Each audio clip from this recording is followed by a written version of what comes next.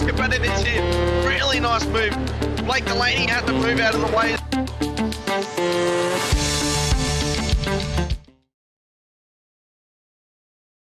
Good evening, sim racing fans. Welcome once again to SRW TV. Tonight it's round 7 of our touring car TCR season, and it's the battle for the Ashes, a mix of English and Aussie tracks coming our way throughout the season. Tonight we're once again back home at Oran Park, a historic track that unfortunately only exists in iRacing now, but we are so happy that it does. And it's all thanks to our sponsor, Warren and Brown Tools. Great to have them on board. It's a tight track that should keep the cars and the action close together, making for an awesome night of racing here on SRW TV. It's Cowy, average sim racer here, together with Rob Sainted Hayter behind the scenes and on comms. It's going to be an awesome night of racing, buddy. Round 7, the boys have got their feel of the cars. They should be able to put it right on the limit now. Yeah, for sure, Cowy. Good evening, folks. Welcome on in. This is going to be an absolute cracker. If what we saw last night here is anything to go by, this is going to be a fun little blast around here. Sprint round, so 20-minute kicker and then a 40-minute feature race. So this is going to be a lot of fun, Cowy. Mate, it is a cracker of a track. I had a ball last night. Both, what did I cry and cheered, so I had one of those nights, but it was awesome. Yeah, I mean, great track, man. Well, you got your first podium, didn't you, with SRW last night, and then the next race was an absolute horror. I don't know, there's a tiny bit too much throttle or something, but yeah, no, first win, so I was stoked with that. And, but look, tonight, the track's all about the sync. Now, the V8, I know how to drive that around here. A TCR, the front wheel drive, trying to get the car turned in. I think it's an art all of itself here, buddy. And these boys, well, as I said, they've had 6 rounds to hone their performances before they come here to Oran Park. So I'm expecting the boys and Stephanie here to be sending it as hard as they can and having a ball. Well, yeah, I mean, if anything to go by from last night, the lap times that you guys are putting out was about 65 seconds, and these guys are doing it about 70 seconds. So it's only 5 seconds a lap slower than a V8 supercar, and it's a front-wheel drive car. So that's something to throw into the mix as well. So yeah, we're seeing some pretty good times there right now. Jakey Edwards leading the way with a 110.62, but once again, we see it week in and week out. Dougie Gowan's up there, 110.69, 0.07 of a second difference. That's going to play real havoc when they get to the race, mate. He is our current runaway leader of the championship. Dougie has a 79-point advantage over Matty Keane running in P2. And Matty's 108 points ahead of Jake Edwards back in P3. So it looks like getting to the end of the season and these guys are starting to consolidate their 1, 2, 3 positions. But there still is plenty to play for. The W is always on the table, and Oran Park, it's a hard place to pass, mate, but it is a really fun track. When you get in a sync, you can just do lap after lap around here. Yeah, well, I mean, just touching back on your point there at the table, you're saying Matty Keane there in second place, just in front of Jake Edwards, but we're not seeing Matty Keane out here tonight, so good opportunity for Jake Edwards to bank some real good points here and maybe challenge that top that next step and the top of the table. So interesting. Well, it is going to be interesting. Mark Cochran running P4. He's about 38 points behind Jake Edwards. So, and Mark's out there on track. I know that we're also, missing our winners from last week. Was that Tyson Styles, who I think he ran second in the first race and took out the feature last week, and doesn't look like he's made it tonight, buddy. So you do have one drop round available, so we're still yet to sort of bring that into the equations, which we will do as we get into our penultimate round. But yeah, it's I suppose it's one of the things sometimes the real world does get in the road, buddy. Oh, for sure. And I mean, if Jake Edwards has a good round here, I don't think he's going to be dropping this one very quick. So, it's that's the fraught danger with drop rounds, isn't it? Like, you can have a really good week, and then your competitor can have a really good week on your off week, and it just kind of balances it out, makes it really tight coming into that last little window of racing. So Yeah, wish the boys all the best out there. Tonight's format is going to shake it all up as well, buddy, because not only the TCR's here tonight, it's a sprint round for them. So we've got a 20-minute sprint race, followed by a 30-minute feature with that reverse top 10 that we're all used to in the sprint format. Oh, but no. not only the F3s following it, they've also got a sprint round as well happening, and that is actually coinciding with our launch of the F1 mirrored season with our Formula 3, so that's going to be pretty exciting a bit later tonight, buddy, too. But 4 races we're calling tonight, mate. Just sort of give you a bit of an early warning. Oh, Cowy, it's too early to remind me of that, mate. Come on, it's only 6:30 at night here. Come on, give me a chance. No, look, you're dead right. I mean, the sprint race format, I love this. It's cracking. Like, the first one is an all-out dash to the finish line, so it is the fastest across the line. But then that second race where they flip the grid, the top 10, and they go, all right, boys, you might be fast out the front, but how fast are you getting through the field? That's where you see racecraft and you see the driver brain really kick in, and that you really see the effort they put into getting passes made or set up, because you can't pass very easily around here. It's sort of one of those places. It's not impossible to pass here at Oran Park, but what it is, it's one of those tracks that if you defend it smart, defend your line, it's really hard to pass. So you can, and again, it's not a block, it's defense. You're trying to hold on to your position, but you position your car in certain places that makes it extremely difficult for the guy behind you to get a run on the exit to get you up the next part. So those sort of things, it can make it for exciting racing, because it does mean that if you do know what you're doing and you set it up, catch your opponent unawares, you can get it done. Yeah, exactly. And, in this sort of situation, there's a few tricky spots here. And what we might do in just a second, when Max gets around near the start line, we might jump on his nose cam and actually get you to tap into your experience from last night, Cowy, and take us through a ride around and just get a bit of a bird's eye view on what's going on there from Max's seat, and just kind of understand this track a little bit and why it is so hard to pass. So hopefully he does another one. Max, we're counting on you, buddy. Don't pull out of the lap. So right, we'll jump on the nose here and take us through the lap, Cowy. Just give us a bit of an insight as to what they're going to tied in on the. You hit the apex fairly good there. Again, it's trying to maximise that run. If you stay out there and left a little bit too long, you can get a warning telling you to slow down for pit lane, but you come off that. Now in the V8, you're looking to brake just as the car goes past that wall, going a bit deeper here. You're modulating the brake through this section, so you're braking hard, you're coming off and you're coming back on the brake. Using good speed through the mid-corner to get it turned. Go braking at the start of the curbing there on the left. It's missing that apex, but carrying speed, and that's probably more the front-wheel drive angle. Oh, he's run deep. Fouled out of it. I think there might have been a glitch there, the camera glitch, so maybe he had one himself. Oh, we'll see Max. If we can... With Matty and Gerard, I don't know if we're going to have time, but we'll jump on board. And, we can just... Yeah. Referring to these as the buzz boxes, so I suppose it's a bit like that when you're on the nose, isn't it? Well, let's see if Matt can get it nice and tight on the apex there again, using all the exit right out to the wall, and that's exactly what you're trying to do. And you make sure if you go off, you come back before that timing tower. If you go past it, get a black flag. Found that out last night. So one of the tricky spots, like we get through here, and all this is like kind of average kind of racing stuff, this stuff, isn't it?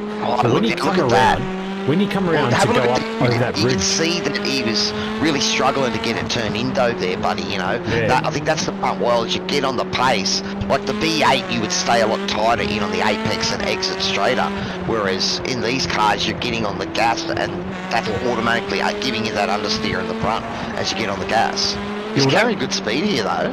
That first right Henry went to just before that bridge there, you've got that little bump, don't you? It's kind of like a crest, but then it dips. So it's kind of like you kind of got to roll out of it, but you want to try and get up over the bridge. So it's kind of really awkward, isn't it? That little bump just at the bottom of the bridge side. Well, it's all been smooth, and you're effectively trying to sort of It depends on the car, it depends on how much speed you're carrying, but generally you're either rolling off or you're tapping the brake just to get the nose of the car to settle so you can get it turned in. So, you know, it depends on technique there, but that's really what it's about. As you're coming up the hill, you're trying to give yourself enough sort of weight on the front of the car that you're going to have some grip when you get over the top. Yeah, exactly, yeah. So, all right, we're straight into quali, so we're just seeing the boys and girls roll out now. We got 15 minutes, buddy. And remember, sprint round format, so it's a short 15 minutes. The moment the clock hits 0, that's it. We're done and dusted. So, looks like we've got about 13 or 14 runners out there tonight. So a few of the guys that we did highlight before sort of missing from the action tonight. But that does give some of these guys that, you know, don't get to talk to us on the podium that often. That gives them the perfect chance and opportunity to get their name right up there. So I know Leakey's going to be fairly strong around here, our mainstayer. And I hope you're doing all right there, Leakey. Your health is treating you okay, buddy. I think Tyson realised he's on the stream. He's flashing the lights. Look. He's flashing. Thanks, buddy. It's on a safety car, Tyson. This is a bit slower. You got to be careful. So as they That's all right. head out now, so we'll see some timing modules start lighting up now. I think Jack Rogers was the first out of pit lane, so we'll see if he can start getting on some timers here, but I don't think Tyson's race control. I think he might be racing. No, he's actually racing. That's the Audi. Yeah, he's not in race control. Greggy Barber's up in the box tonight. We've got Greg Johnston's just joined us as well. Awesome. So getting a couple more numbers on to join it. Well, they've still got 13 minutes left to jump in if you're already in the TCRs and you forgot about it for tonight. Don't know how you can forget about it. There's double TCR and double F3 tonight. And, you know, Oran Park, a great track. I love it around here.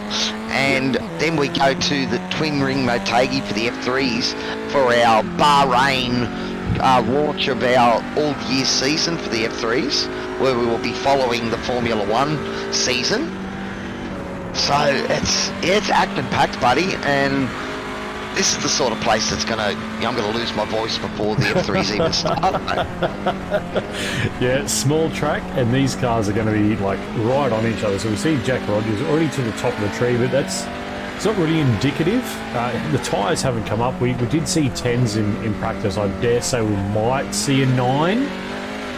I'm hoping for a 9 in quali. I mean, a 9 would be really nice. But, the thing about practice time though, you got to keep in mind is that it doesn't void a lap for an off track.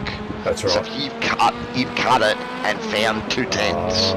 Look who it is. Going to count in Look quality. who's gone to the top. Dougie Gowans, 111. I told you those 12s aren't going to stick around for long. Dougie Gowans already pushing the limits, but you know, look, green boxes. What's that? To see if a 9 is on the. Rogers We'll have to see if a 9's on the card, buddy. And he's in the Audi too. That's quite surprising. What's he done? Well, there's not a huge. He's just jumped Gowans. Oh, Rogers and Gowans have thrown down. They're still coming up, so I'm expecting a fair bit of sort of juggling and shuffling around of the names for the first few minutes here. But the thing is, as you said, you know, look, we've only got 15 minutes. We're already 4 minutes into quali, and you know, again, you're only going to get maybe 2, maybe 3 runs. So if you can't get those tyres working early on, you're going to stay out there until they are. Blake Gallen is on for a P2 right now. Good job there, Blake, coming in with 2 purple sectors, 111.60. Gowans has now gone back to the top. Dougie Gowans, 111.14. Jake Edwards is on an absolute flyer right now. We'll flick over to Jake. Might jump in his... And 2 purples and a green here, so that's a cut, maybe. He might have... I think he'd get away with that, a fair bit of cutting that of that corner. Steve, what's he got in the tank? Can he jump to the top? Someone has smashed up the wall and pirouetted across the start there. Who's that out there? It might have been Greggy Johnson, I think. No, that lap didn't count for Jake Edwards, and that was a purple last sector too, so that must have cost him on top of the hill. That I looks thought like Tyson McAvoy down there, is it? Yeah, look, it's one of those things, and I found it's one of the things about this place. T1 is where you really want to get your brakes, you know, where they're at. If you lock up into T1, you know, it can be painful. Oh, so, Jake Edwards is fired back.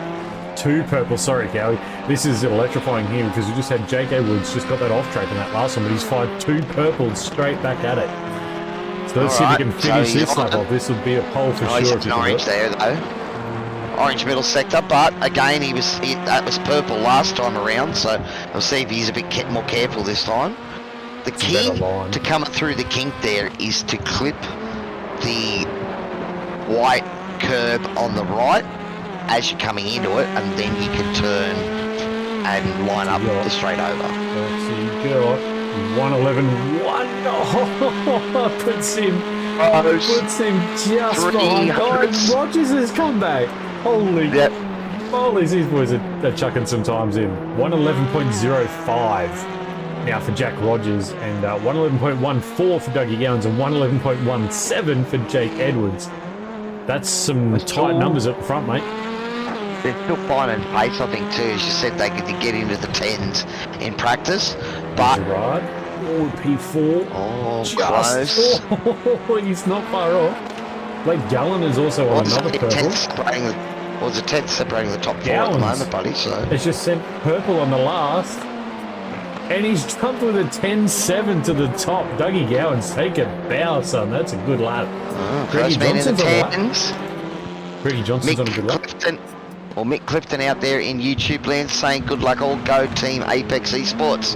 Awesome, buddy. Great to have your support and everyone's support out there. Of course, guys, if you are enjoying what you see, please give us that like and subscribe. And if you want to join in the action and join us out on track, go to simracingworld.com.au and register your name and come and join the fun.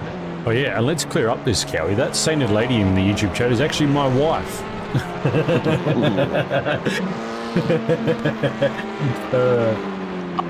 Little poke at the co-commentator. Little poke at the co-commentator. Can't resist. That's all right. Who's that? Matty Gerard on a bit of a flyer here. Max Donnelly also with 2 greens on the back. Blake Gallen's got a purple in there as well. Where does Max find himself? Max jump up? No.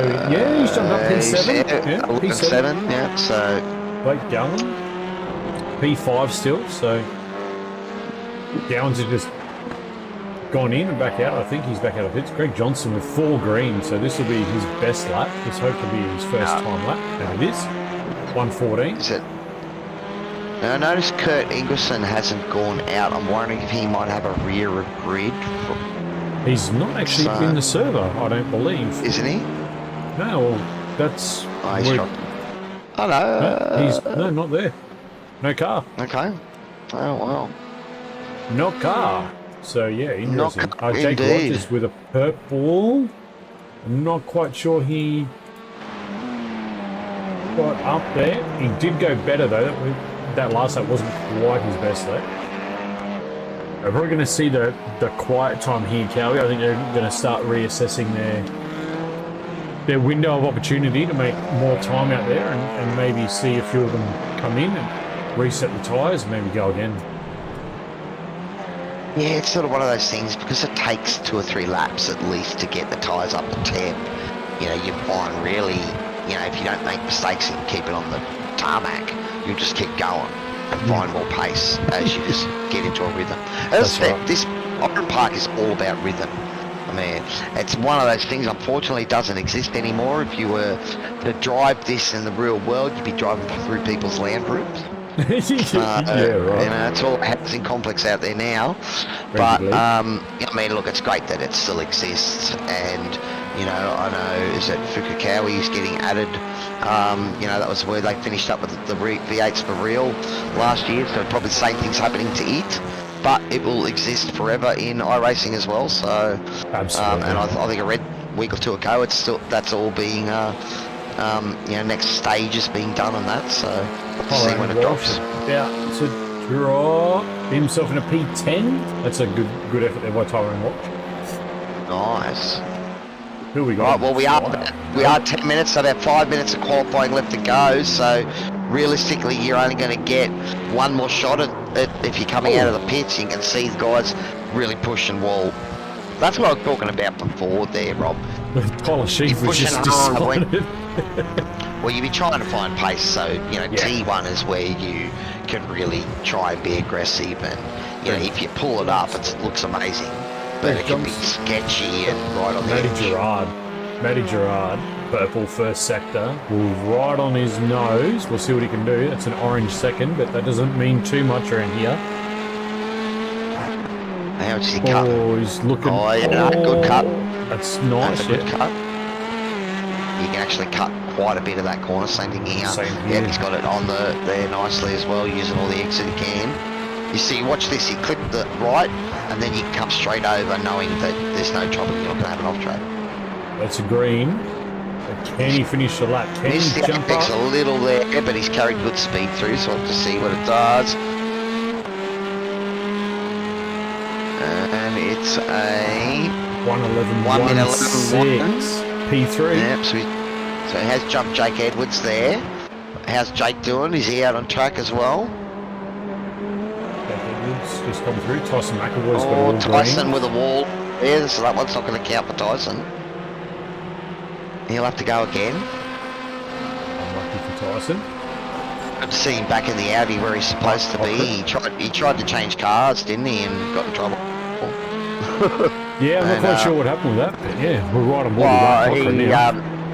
He wasn't supposed to get disqualified during the race. It was supposed to happen post-race, I believe.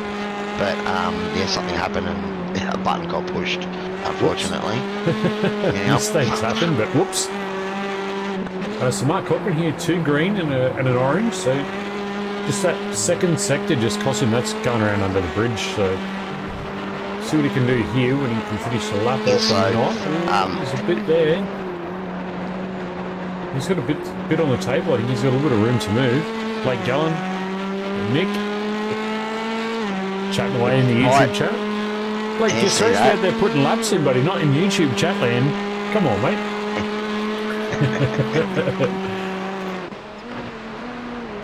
Fritzy's done alright. He's got himself up to P6 at the moment too. So what's he done? 11.46 at the moment. Yep. He's like 300ths off Blake Gallen and 200ths ahead of Mark Cochran. So that mid pack is really, really tight. There's 5 cars that are all within a tenth of each other, or a tenth and a half. Yeah, exactly right. And we're just under 2 minutes, man. Unless you're out there on a lap, I don't know if you're actually going to get one. No. You'd want to be out on track now. Even Mick has resonated my words. Get back to driving, Blake. A bit of fun. So Jake Edwards. Oh, he's on a purple. Right, we've got to jump in the gyro. We've got to see what he's seeing. Jake Edwards is on to knock off Dougie Gowan to pole position for the first of 2 races tonight. Although, orange sector, Cowy. There. Yeah. That doesn't mean much though. Green, purple means you still got a little bit of time in your window, doesn't it? That's a green. He would have been alright with that there. That wouldn't have been a cut, so he should be alright. This should still be counting at this point. Oh, what an exit. To the wall. Jakey Edwards about to fire off with a PB. 110.37. Oh, what a lap there. Jake Edwards. Take a bow. That's probably going to be enough too, buddy, because the grandpa's parked it up. So he's got it in the pit. Yeah, he's not going to get a lap in. He won't even get an outlap at this point. So yeah, that's a cracking lap there by Jake Edwards. Well done. So take a bow. That's fantastic. I think was that number 71. That's Greg Leake. I think has just been given a pit lane start. I think for an infringement in qualifying there. So. I heard that over the radio. That's Greggy Leak, so I don't know what happened there. We missed that. Good lap from Steph too. Yes. So Steph's got herself finding her feet. Matty Gerard. Ports down. 1:11.43. P4 is where he's going to stay on that 1:11.16. That was interesting. Stephanie Piccoli's also in the YouTube chat. You can't get fast in the YouTube chat. All right, so let's bring up our. There we go. Yeah, Quality pit lane results. start for car 71 contact with Tyson. That was. There's our quality results on screen. All right, so it will be Jake Edwards for Crisscross Racing with a pole position. We'll be leading it away from our championship leader at the moment, Doug Gowans for Velocity Sim Labs. Jack Rogers putting at P3 on the grid. Next to him, it is Matty Gerard for Velocity Sim Labs. It was that Blake Gallen P5, Daniel Fritz P6. So Blake Gallen, one of the Apex Esports League runners. Mick, kick butt. He's put a P5 to start off with, so that's a pretty good start, Mick. Daniel Fritz for Velocity Sim Lab in P6. Mark Cochran, second of the Apex Esports cars, P7. Tyler Sheep, P8. Max Donnelly and Tyrone Walsh, P9 and 10. Greg Leake and Tyson McAvoy, P11 and 12. So Team Greg and my own team Performance Sim Racing there. The boss putting a P12. Greg Johnson in P13, Stephanie Piccoli. Kirk Ingwerson doesn't know if Kirk's made it back. So, and Greg Barber is our race controller tonight. So, looks like we've got 14 runners out there tonight. And I tell you, Oran Park, 14 cars is enough for it to be tight around here. Oh, absolutely. And look at this blimp view. Look at this. It shows the grid in all its glory. Dougie Gowan's there on that top side, closest to the grass, and Jake Edwards down closest to the wall, right on top of the Oran Park riding there. So that's going to be interesting.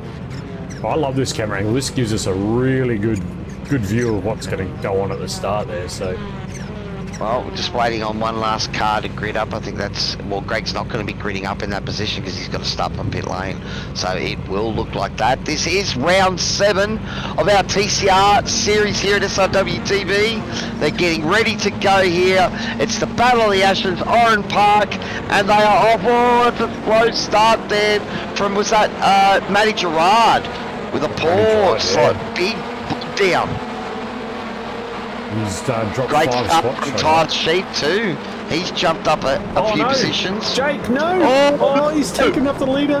He was the leader, but he took out the leader. So that was interesting. He kind of lost his spot and gained his spot. Jack Rogers has taken advantage of that. Blake Gallen here looking to try and go around the outside of Doug Gowan. And it's happening in mid-back. There's a bit of rumble and tumble there as well. Oh, Mark Cochran up. He's grabbed one. He's got 3 positions as well, so he's found a nice path the way through there. Sure has. Yeah, he's up to P4. It's on already, buddy. It didn't take long, did it? As soon as those lights went green, it just exploded. Well, Jack Rogers, he took big advantage of that there. So we'll try and have a look and see what happened. But Matty Gerard started with a bog down off the line, and then Jake Edwards with a moment there into T2. So we'll flick back to Jake Edwards and have a bit of a browse. So, all right. So I think it's just going to be cold tyres. Yeah, I think he was just watching Dougie on his left side, mate. I think that's what it was. He's on the brakes early. He stayed out wide, but he's just got grass. Yeah, and that's just caused a big concern. He's just boom, straightened Doug down. I mean, there's nothing you can do. Well, that's helped him as well. And there goes Rogers. Look, Rogers just straight up the inside there, and that's just cost him. There's Max Donnelly there. So, look, it sort of helped him there, but I think probably race control's probably going to have something to say about it. But Tyler Sheaf is dropping down the auto. Yeah, so he's something's gone happened off. There.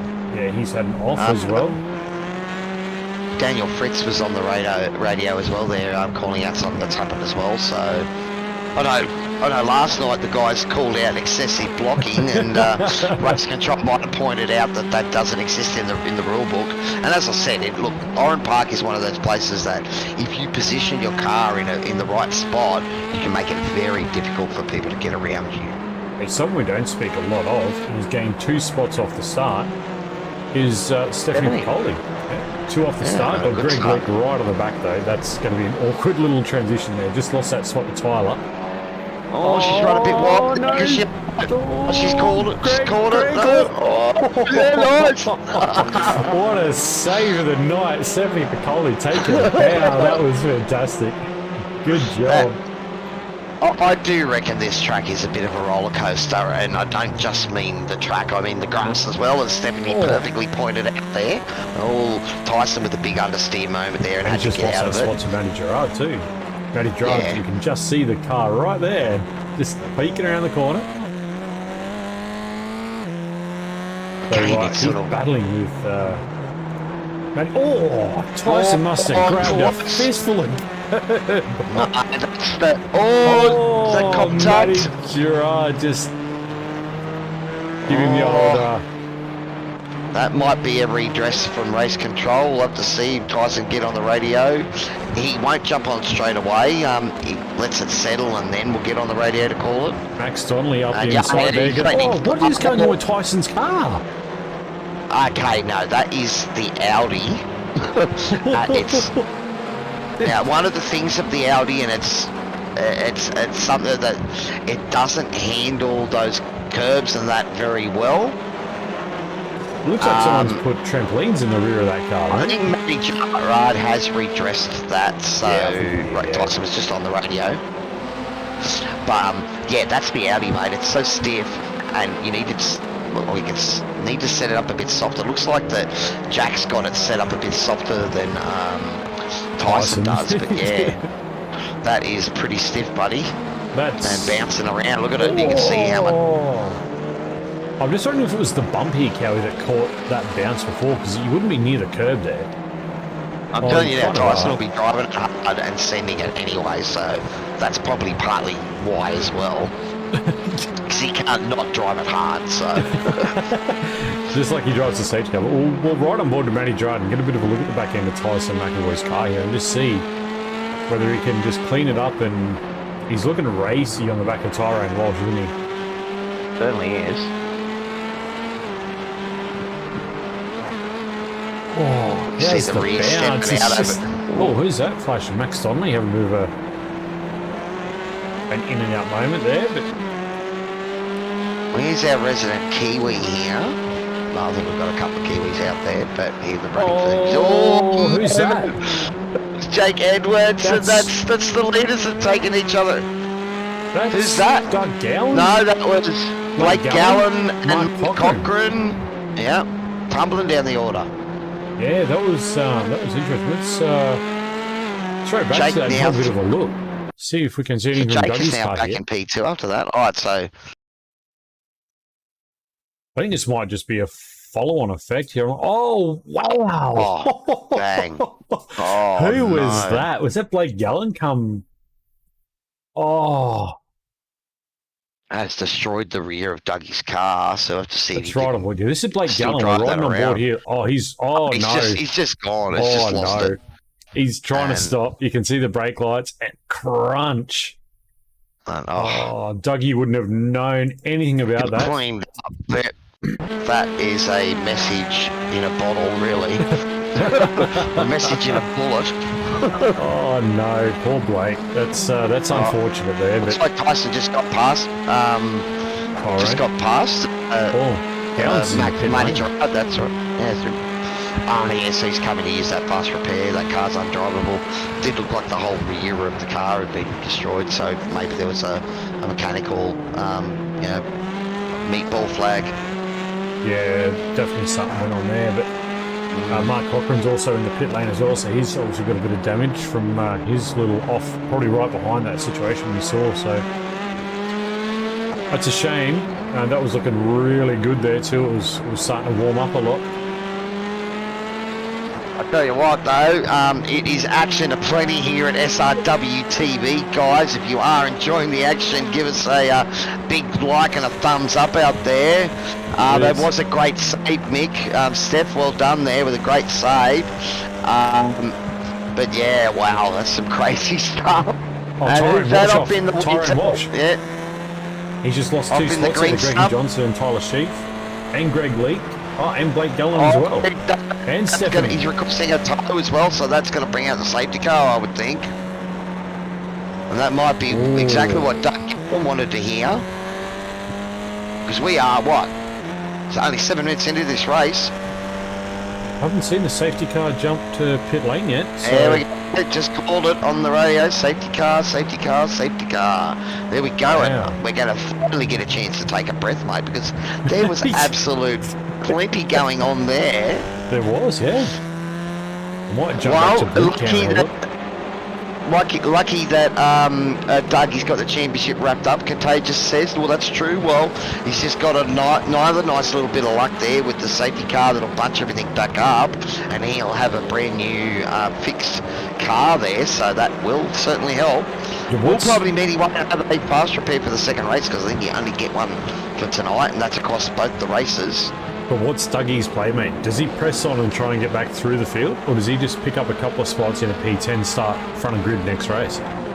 Well, the problem is, mate, to get those two positions, you can probably drive safe and expect carnage in front of you, but that's no guarantee. And I know Dougie is a racer at heart, so if he sees a spot, he's going to make a move, or he's going to try and put pressure on the car in front of him. He's pretty switched on, though, as a race car driver. He'll be thinking, I'm in P12, I'm not going to get to the front, so what's my best play right now? I am, in a position where I could maybe get a couple, start, front row next race. Yeah, I think that would be definitely on his mind. You may not, For if sure. he can get to sort of 10th or 9th, and you may not see him push any harder from there. Yeah, he might just consolidate, yeah. Again, I think that if it's on, it's hard for a race driver to, avoid and ignore any open invitations. So, if the car in front's defending his position well, I don't expect Dougie to make a real rash move. But, that won't stop him from putting the pressure on himself. So, all right, well, they're bunching back up.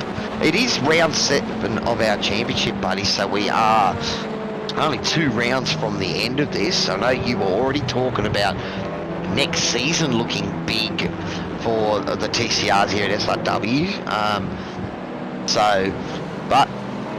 As usual, SDK showing that the safety car has crashed. The promo department safety car. It looks pretty clean out there at the moment. But this will give all of the drivers a chance to cool down. And one of the things, the tyres will cool down again, but that'll just give them life. So you might just have to be circumspect for a couple of corners, but they should come right back on. Yeah, 100%. Okay, so there is no more labour rounds. Nope. Interesting. Actually, who would Well, be? it should there have been. wouldn't be anyway rounds. No. It should have been closed. I think that might have been race controller Tyson McAvoy there making a comment to remind Greg to close and open the pit lane. Yeah, if you don't close that can end up quite messy as well. So we just see them all now bunching back up. But let's talk about some movers and shakers. Stephanie Piccoli up into P11 plus 3 spots. Greg Johnson plus 7, Tyson plus 8, Max Omni plus 6. So some movers coming up, mate. I think we've just seen a few guys like Blake Gallen, who's down 5 positions, and he was battling well up there in P2, P3. So, looks like Tyrone Walsh is still in the pits because he had to tow there, so he was running up the front there. Again, the grandpa Doug Gowan's running in 12th at the moment, so there's still a bit of movement and a bit of action to come. We've going to have about 8 minutes of racing here in this first 20-minute sprint race tonight. So, and as you said, buddy, 10th spot, that puts you P1 for the 30-minute feature that follow.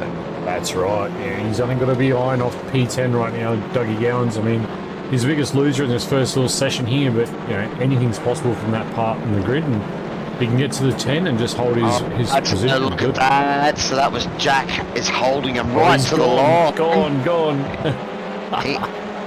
I went as soon as the corner last night. I wasn't going to leave it to chance that corner, so I went as soon as I got an exit and just concentrated on getting to T1 myself. All nice and clean so far. Look at a wiggle there from Jack. He was hard on the brakes, and that's what I was talking about, those tyres. Stephanie gone at the back there. Stephanie, no, we're just talking you up too.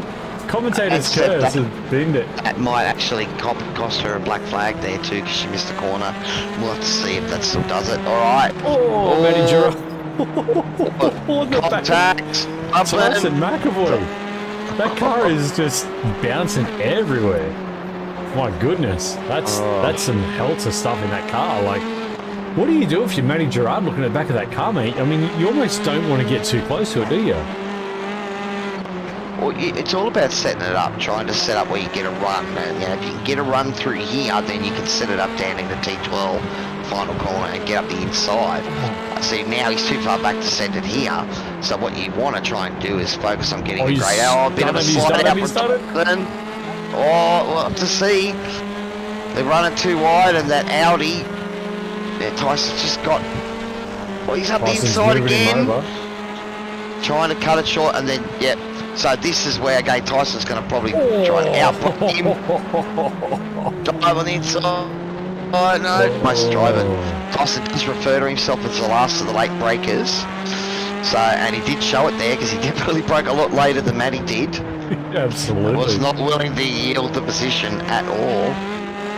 And that's one thing I will say about Tyson is he will fight to the bitter end for, P50th. Right? And look who's on the march forward. Dougie Gowan's now back in a P8. So he's marching forward, mate.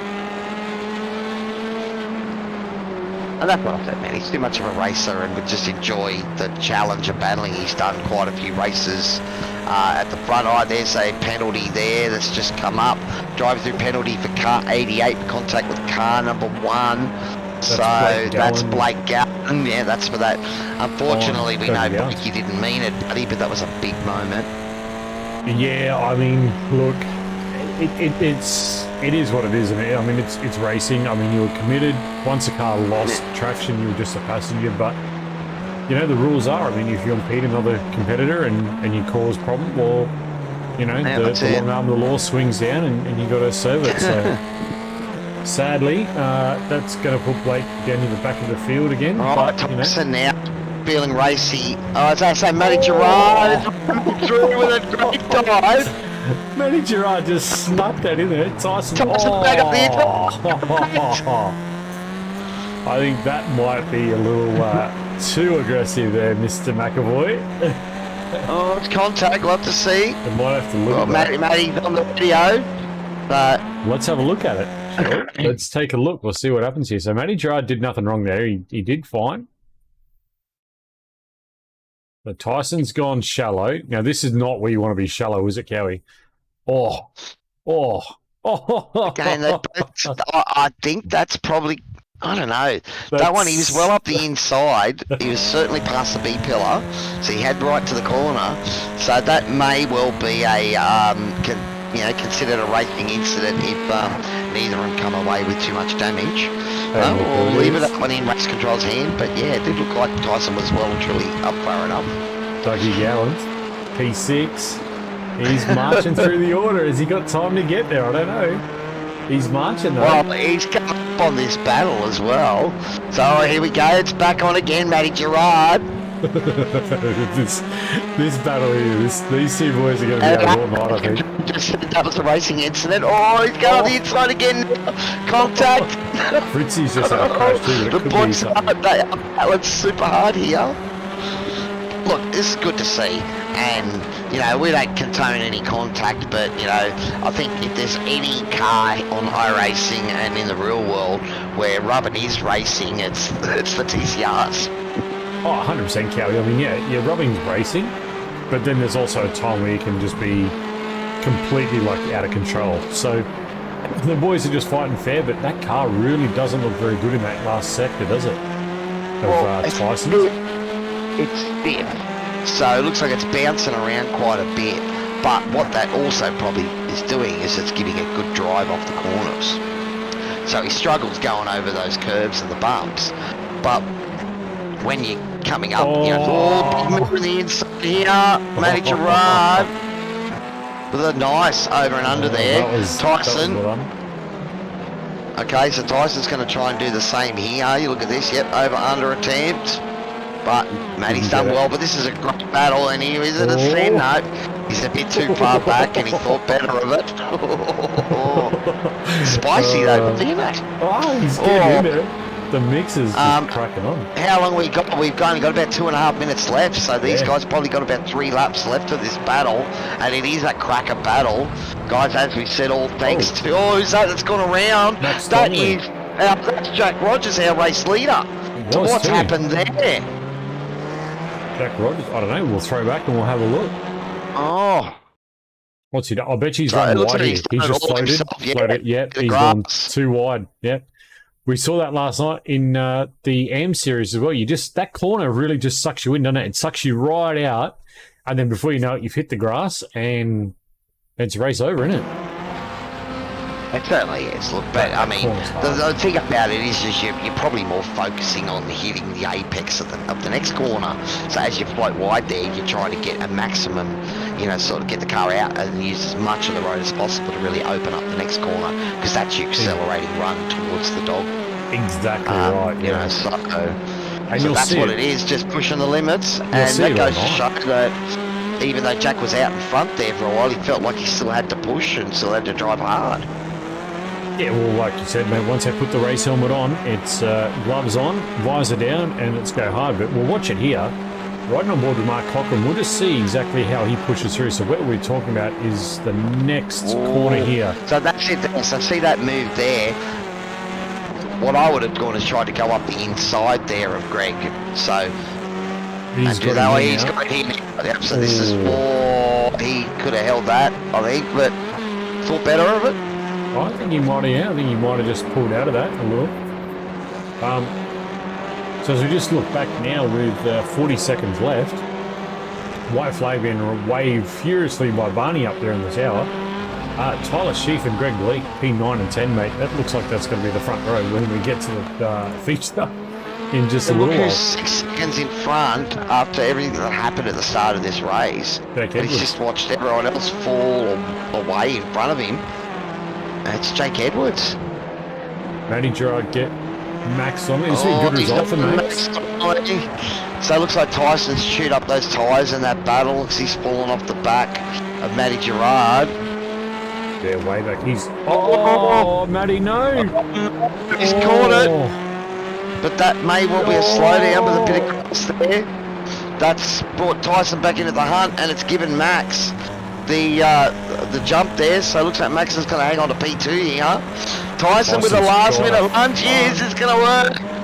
Gerard covering the inside, Gerard. He blocks him. Matty, that's smart. has he done enough? Because he covered hard. He did. Got it. Yeah, he covered that beautifully. Matty Gerard with the P3. And well had to done, think about it there too, so that might have been a little bit of a heart jumping moment there. He knows how feisty Tyson is, so that's fantastic driving.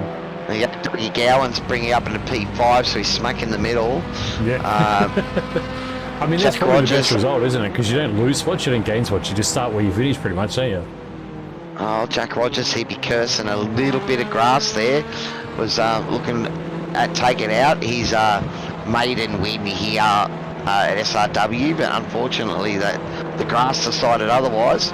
Though it will mean he'll be on the second row for race number 2. Greg Johnson P7, Mark Cochran P8, and as you called it, our front row for race number 2, Greg Leake and Tyler Sheaf. Well, those two will be starting it on the front row for race number 2. Yeah, exactly right. Hopefully we get young Jakey Edwards into the green room. We'll have a chat with him and find out how that went and see how he's shaping up for the next one. But yeah, that was a cracker to kick the night off, mate. There, Bunny, or let's have a look. He's not there just yet. He's not just there yet. Well, again, we will give a short shout out to all of our great sponsors here at SRW TV. Of course, Warren and Brown Tools, our major sponsor for tonight's racing. We also have Racecraft, Fast Track Experiences, Grim Industries, Toyo Sim, Melville Equipment Call, Dragon RC, and the promo department as our safety car sponsor. So a big thank you to all of you. There is the results for heat number 1 on your screen. Jake Edwards, we do have him here. He's in the room. The broadcast room, buddy. Well, mate, at the start there, it was a bit crazy. You managed to save it, and then they all fell away in front of you, buddy. Was that a accurate depiction of your race? Very accurate, mate. I don't even know what happened at the start. I think I just touched the dirt a little bit on the outside, just trying to give Dougie Yowens a bit of a room. Well, it was close, and you were lucky that I suppose that he was able to catch it. Yeah, exactly. Man. I was heaps lucky. Because that could have well been a visit to the Stewart's booth. But these things happen, buddy. But just cold tyres, bit of grass. But apart from that, mate, the rest of the race, Jack had some great pace up there, and he was keeping that gap out, and then he just caught a bit of grass himself, mate. So, were you still trying to drive it hard there, or did you? Yeah, I was still trying to drive it hard just to get up to him, but luckily that safety car came out for us, which was good. But yeah, shame for him to drop off a little bit at the end there. Well, certainly some nicely earned points for you, buddy, in the championship, because I know that Dougie's running away with it, but with Matty Keane missing tonight, it's still not decided there for P2 and P3, is it? That's it, man. I'm trying to catch Dougie slowly but surely we're getting there. But see how we go in the next race, and hopefully we can get some more points on him. Well, Awesome, you can catch buddy. him if you just keep bowling him off, mate. But that's probably not going to be too good in the steward's room, is it, for you? Question though, how are you looking from the P10 range? Have you got it in you to get back through the field? Look, the car pace is there, man. So like, obviously, I just seen in quali, I had a bit of pace on the guys. So hopefully, I don't know, a bit of knowledge, bit of just trying to take it easy through the field, through the slower guys, and then hopefully we can get on the back of them. Maybe Well, a we late did start, see we'll a get few us of into that. them fighting pretty hard for their positions out there, buddy. So there's a bit of defensive tactics going on. So I don't know if you're going to Always find the it as easy as you think it is, but let's hope that you don't pull off another Moses there and part the seas, you know. That's it. Got to make you earn it, buddy. That's it. Hopefully we can bang some doors and don't visit the steward's booth. All right. Well, before we kick you out of the room, buddy, we'll give you a quick chance to have put a shout out to your sponsors. So take it away, and good luck for race number 2. Beautiful, man. Too easy. I'd like to thank Shunt Scenery, Palmerston Bakery, Whitey's Pies, Ryko, Jazza, and all them out at Whitey's Pies in Orange, and CXR itself, man. All right, Jake.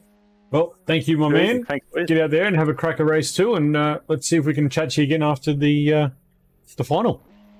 Too easy, boys. Thank you. Thanks, mate. All right, so Yeah. it is only, a couple of minutes to go before we grid up for race number 2, buddy. So who's your call for this race? Oh, mate, I think Dougie Gowans has got a little bit to leave on the table. I don't think he got the result he was looking for. He was definitely in the position to do so, and I think providing Jake Edwards doesn't have any major issues out of that 10 spot, I think we could see a bit of a showing from him as well. So yeah, I'm looking forward to see Jake fight back through the field. But again, you know, we saw good battles there with Tyson McAvoy and Matty Gerard and stuff like that. So it's really good. I'm looking just forward to see how wide Leaky can make his Hyundai there. So, you know, because, look, Leaky's got some good racecraft. I mean, he can make it difficult for the guys behind him. Yeah, 100%. And I think hopefully he's just hoping that they don't take him out in the process. But Leaky, put it in the right car, put it in the right spot, buddy, and that way they don't have a chance at taking you. But that will be quite interesting here. We see Matty Gerard. Is that Matty Gerard out there? Yeah. That is Matty Gerard, practicing a start off the grid. So that's a smart little thing. No one else is out there. He's going to practice his race start, because remember, race number 1, he bogged it down horribly. So Yeah, I raced with Greg Leak on the weekend, and the guy certainly has the ability to put the car in a spot that you really are not comfortable with. It's not that it's in a bad spot. It's just a spot that you wouldn't normally try and put your own car. Like, you know, you've got to put your car in a position that you're not comfortable with. And I think, you know, Greggy Leak's kind of the master of making things wide. Doesn't matter how small it is, it's wide in Greg Leak's hands. And yeah, as you say, it'll be very good to see how he goes off the front row. So we'll throw the grid up there now, Cowy. Take it away. No, that's not the grid. Hold on. That's not a grid. What is it doing to me? the wrong grid. Yes, it is the Wrong wrong grid. Is that Well, going to give it us is the grid? Tyler Sheep. That will be no, that's just gonna be scrolling up. There you go. There you go. So it's the Whiskey Runner of Tyler Sheep that will lead off tonight's proceedings for race number 2. Greg Leake for Team Greg Racing, pick 2. We got Mark Cochran for Apex Esports League. Greg Johnson for Red Energy, also a Team Greg Carr running P4. Jack Rogers and Doug Gowan sharing row 3. We got Tyson McAvoy and Matty Gerard. Well, that battle was red hot in race number 1, and they're side by side for race number 2. Max Donnelly and Jake Edwards in row number 5, Blake Gallen, Daniel Fritz in row number 6, and it's Stephanie and Tyrone bringing up the last 2 positions. Awesome, here we are. It is race number 2 here at SRW of the TCR's round 7. The lights are coming on, and they get a wide. Oh, I think that might have been someone jumping the start there, Princey. Oh, who was that in contact in the middle? Now in P3, is that Greg Johnson? Just with a great It was. start launch on the outside. They're going 3 wide at a T1. Yeah, he had that's to not yield. gonna work. Oh, is that- Greg Johnson going around. He's 3 Dougie wide in a Gowans. T1. Look at this. That's Oh, cracked. No, hold it, boys. guys have got checked up there. Is Oh. that Jake Edwards taking advantage of Tyson getting checked up there? Tyson's but just no. given. Oh, is that Mark Oh, Cochran? they- I think he just give Mark Yeah. Cochran an almighty whack in the bum there. And that's, Oh. Matty Gerard. The boys are fine. Let's jump on the nose of Max Donnelly and have a look at this mess in front of him. Max has got nowhere to go. Well, Jake Edwards would be so happy that he got skipped past all of that and find himself right up in front of it. Look at Max Donnelly. So Matty Gerard making a move up the inside of Mark Cochran. That's a good That move there is, from yeah. Matty. He's also opened the door a little bit for Max. Yeah, he did. But that's Max couldn't driving capitalize, there. unfortunately. That Oh, move sheep. that Matty pulled off, that is probably the move that I would recommend trying to go for around Mark. here. Yeah, Went Tyler wide, Sheep's that's a got good run gap from already Maxi. too. He's gonna, this toe's gonna come in. He's gonna be able to slingshot up the inside here. Which way is he going? Where are you going, Max? Oh, he's going outside. He's going the outside. This is the long way around, but he's going to set it up for the turn 2 area. Well, I think he was Oh, worried no. about Mark. I think Mark might have moved a little bit there under that braking area, so I made a couple of moves. So that's something you've got to be a bit wary of. But that's why you stay alive. Jake Edwards here, he's had a great launch. He's already up 5 positions and now putting pressure on Greg Leake. And yet he's sticks the car at the inside, but thought better of it.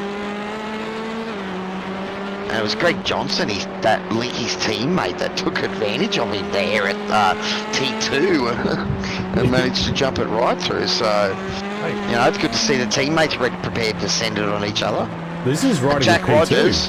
Look at this Tyler Sheep's 1.2 seconds up the road. Yep. Well, Jack Rogers gone. got an excellent launch off the line and went around the outside. But Tyler, you know, he was able to steer clear of the shenanigans that were going on behind him. And that's given him a nice little gap. So, but I'm sure that Jack would be quite happy with his proceedings so far, and he'd be looking to try and make up for his mistake that probably cost him the win in race number 1.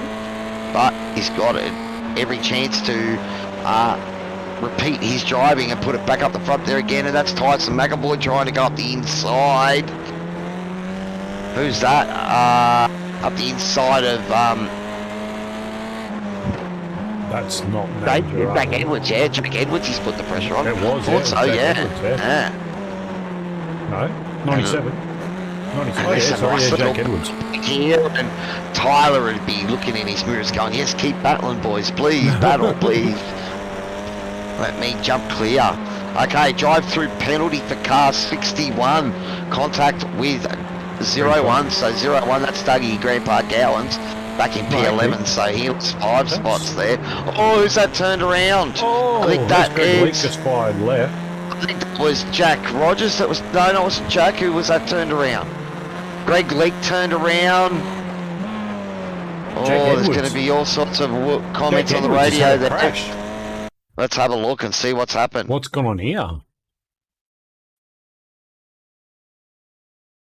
What is Just going on going here? So great Jake speed, and he's just got on the grass. Oran No, And I Please think tell me he he might have hasn't taken cleaned up Leakey. Leakey. Oh no. Oh no. Yeah. And Leakey, did you manage to hold it, Leakey? Don't think he McAvoy did. and Matty Gerard got around. Max Donnelly almost gets cleaned up in it.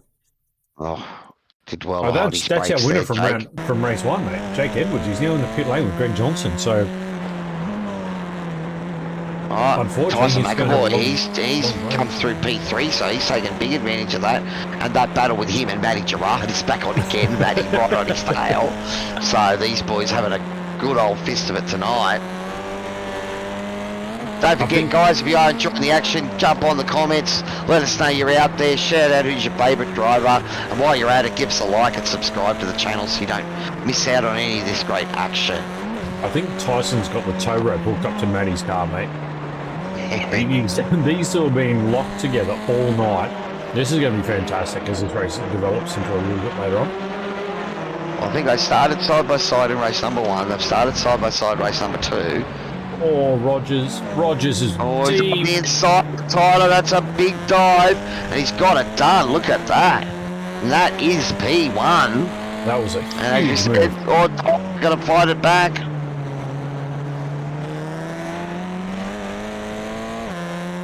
Oh, thought about it there, but Not Jack, there to do it. be looking to Look go at now. Jack this. has shown he's got great pace here tonight. Fritzy. Yeah, just got to keep it on the black stuff for the rest of the night, Jack. Fritzy on the back of Alright. Dougie Gowan's here. And he's fighting Mark Cochran, who's on the back of him. So again, battle's raging at the moment. Stephanie Piccoli in P9 as well, so she's having a good run at the moment. Up 4 spots, as well as Tyra and Mosh behind her, up 4. But all the guys behind, Dan, Greg Leake, Greg Johnson, Jake Edwards, Blake Gallen, all sort of getting caught up in those incidents. Tyrone's getting a good little move on.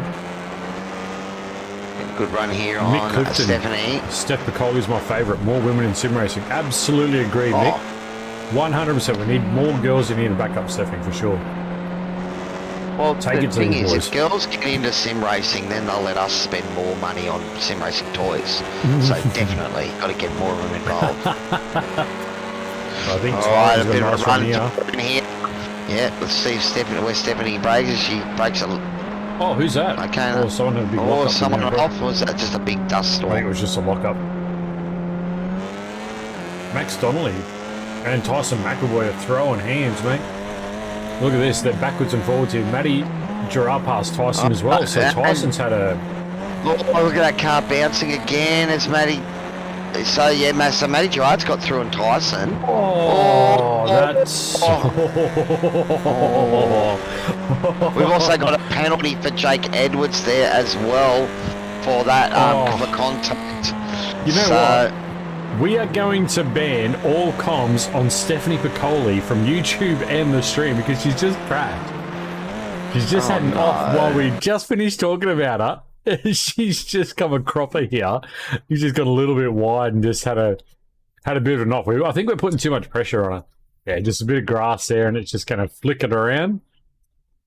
Yep, right there. Snap. Oh, Snap there it oversteer, goes, yeah.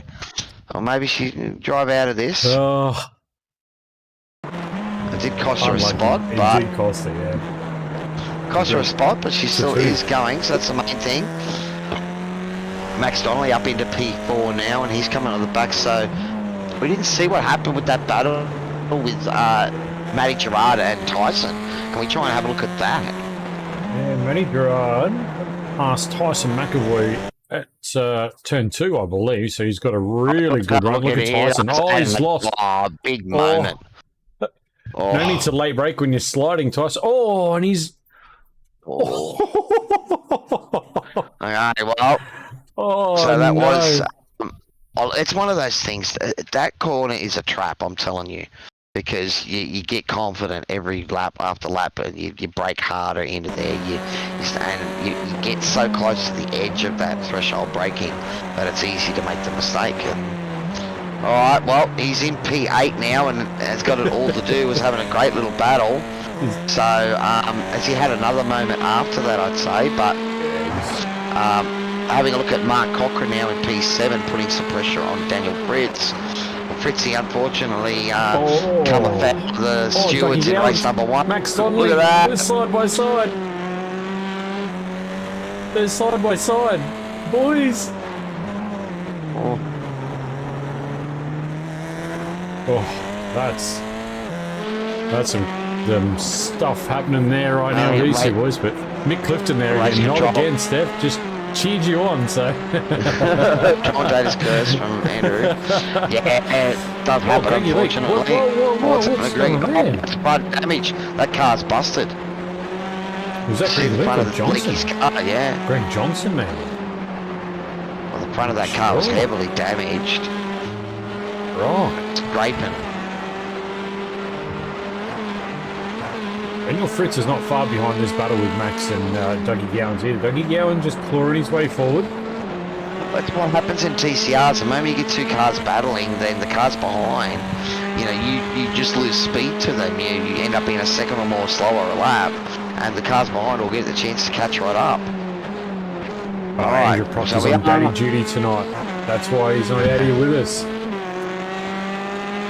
Alright, well, it is 10 minutes gone in tonight's feature 30-minute race here at Oran Park Raceway. And as we said, it is just one of those tracks that keeps the action tight and close together. It's a track where you can defend if you're smart about it. It's hard to pass, but you can pass if you're smart about it. Look at this 4-car battle pack, Cowy. Reminiscent of last night, mate. Reminiscent of last night. It was just cars just grouped up. Look, some people will curse when Oran Park comes up on the radar of the various series, but I think it's a cracker of a place to race that. How can you turn your nose up at this track? Look at the quality of racing it brings out. I just think some people don't give it enough. It's one of those tracks that you just drive it and you get into sync with it, you become one with it. So you just got to get out there and drive it. But we're seeing Tyler Sheath there in P2 just going through turn 1, followed by Matty Gerard, then Max Donnelly. He's got a bit of a gap now. Jack Rogers got that lead out to 3 seconds now. It was only 1.8 about a lap and a half ago. So look at that cluster. It was a 1 minute 10.7 from Jack Rogers' last lap. So look at this, Dougie Gowan's up inside. Look at this, look at this. Oh, send it. Dougie's there. A bit of a bump there, but he's Jump not on the quite nose. far enough. No, he didn't quite get it done. Well, it seems that, in the TCR, you're able to sort of carry speed around the outside of that corner, just with that drive and the understeer. And I suppose the issue is that Doug couldn't get on the gas because then he would just understeer wide into Max. So I think that's maybe why you can drive around the outside, so I guess, and exit off there, because we've seen it. A couple of guys try to make the move there and not be able to get it done. Yeah, I guess that comes down to the fact that you're not, being the front-wheel drive, you're not turning as hard on that outside, so you can maintain more speed. Not necessarily more grip, but more speed, because you're not inputting as much into the steering wheel and trying to rotate the car. So you can kind of just flow the car. Is Max pitting? Max is pitting.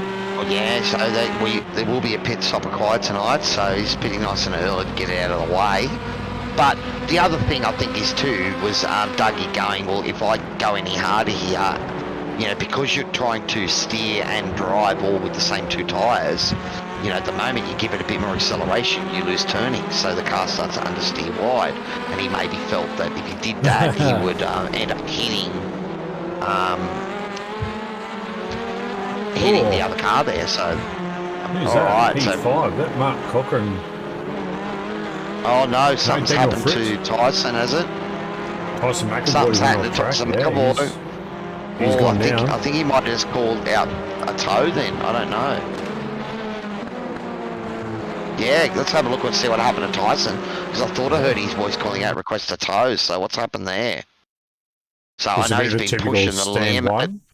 He's going to catch that grass. Look, it's just the car. It's just the back of the car, mate. Yeah, it's just bouncing around so much. You can't get it. Stop, can't get Tyson. it softened up. And it's gone in. Has broken the front right. And the front right, there's no drive. Yeah. Now we're going to see a flurry of pit stops, because we do see... Well, hold on. He's jumped to the pit lane without a safety... Did the safety car get called? No, safety car did get called. On circuit, okay. On track, I didn't see the safety car on SDK he did get a come request out. to tow. He did get a request to tow. I think it'd probably be poor form if one of our race controllers, when he was racing, forgot to, broke the rule. But yeah. So no, I did hear Greggy give him permission to tow there. So right, so we see pit stops at Flurry. Dougie Gowans is coming out of the pit lane now. He had a 7-second stop, so that's going to get him home. Max Donning with a 9-second. Daniel Fritz with an 8.75 second. We're just seeing a few now take pit stops. It looks like Mark Cochran is the only one not to have pitted yet, so it really leaves Jack Rogers here technically in the race after pit stops are done, Cowy. Well, that's probably going to give it a chance to settle down. Everyone can catch their breath. The pit stops is done, so what does it turn it into? Well, let's just make it another 20-minute sprint race. That's effectively what it's become. Well, no, 15-minute sprint race. Correct. So You're right. it's shorter again, so safety cars are going to go out, and these guys are just going to get straight back onto these battles again. I mean, we're going to see them up and down pit lane, but and Mark Cochran still hasn't... bouncy, broken shockies. That is sort of one of the things about the Audi around here. I think it's, obviously Jack's got his car set up quite nice around here because he's been able to drive it, but I also know Tyson's style, buddy. As my team boss, he drives everything hard, and I'd say he's probably driving that car a little bit too hard and carrying so much speed that it just can't handle it. And we do know that it is one of the issues with the Audis, that it tends to hate those tracks where you got curbs and where it bounces about a bit. It's quite stiff, but unfortunately it brought him a cropper tonight. So is that Jake Edwards getting way out, I think. So Jake must have been a lap down there. Oh, Jake Edwards. Yeah, Jake Edwards, Tyson McAvoy are the only lap cars at this point. So I wonder if they'll get Tyson waved around I just saw Jake and Tyson is he's come out now. No, he's out. Yeah, he's out. Generally the car that causes the incident doesn't get the wave around. But I suppose keep an eye on things. Greg Johnson, but he's back a fair way as well. But yeah, we're going to bunch them up, Cowy. We're going to wind them up, and we're going to let them loose again. This is going to be hectic for the last Well, it looks like the safety car hasn't pulled away, so it's going to be another lap under yellow by the looks of it. And that's probably going to give Jake a chance to catch up on the back here. We're pretty close to it.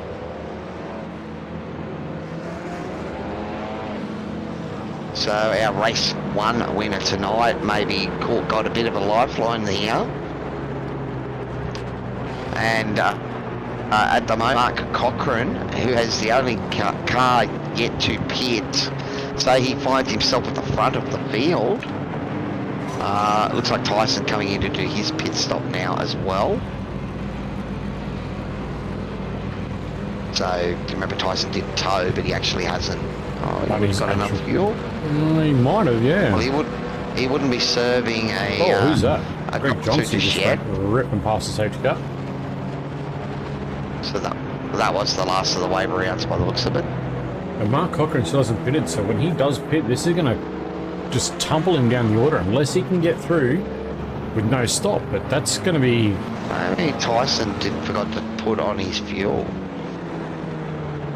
Or maybe he's retiring. I'm not sure. 14, we'll keep an 15, eye on that anyway and see what happened. Yeah, because I think he's still in the pits there, so perhaps retiring the car. Yeah, it does look like it. In the pit. Yeah, he's not moving, so it's 30 seconds. You wouldn't be in there for 30 seconds unless you got major issues. Yeah, that's right. Alright, well. Here we go. Okay. Gonna wind him up, mate. Looks like Jake Edwards has got onto the back of this field. He's about 2 seconds behind him now, so that's worked out great for him. Greg Johnson also got a wave around, but I don't think he's going to get around onto the back of this field. So let's see how Mark handles this restart. Let's go back to Mark Cochran. the restart happens, we'll have watch and see what he does. Oh, did he go then? Looks like he's gone already. Yeah, I think he went, yeah. Oh. Yeah, he's gone now. That was a bit late of a call there from race control. I think maybe they might have gone a bit early there, I don't know. Anyway, it's clean, and he's still out in front. So, big snake diving under brakes there. That's a good camera They're shot. all clean. They're all clean. Oh, look at... Oh, who was that? Matty Gerard. Jeez, deep under brakes. He's shown that to be behind a him. favourite corner of his to make a move. He's had a couple of goes there, those battles with Tyson earlier on in race 1. And this. Yeah, exactly right. He was definitely there. Greg Johnson towed without permission on lap 8. So that was what you called out there before. And so he's got the penalty as well. But it is effectively Jack Rogers with the lead here. Though, Mark Cochran, has he played the ultimate strategy and realised that with that safety car, he doesn't need to pit?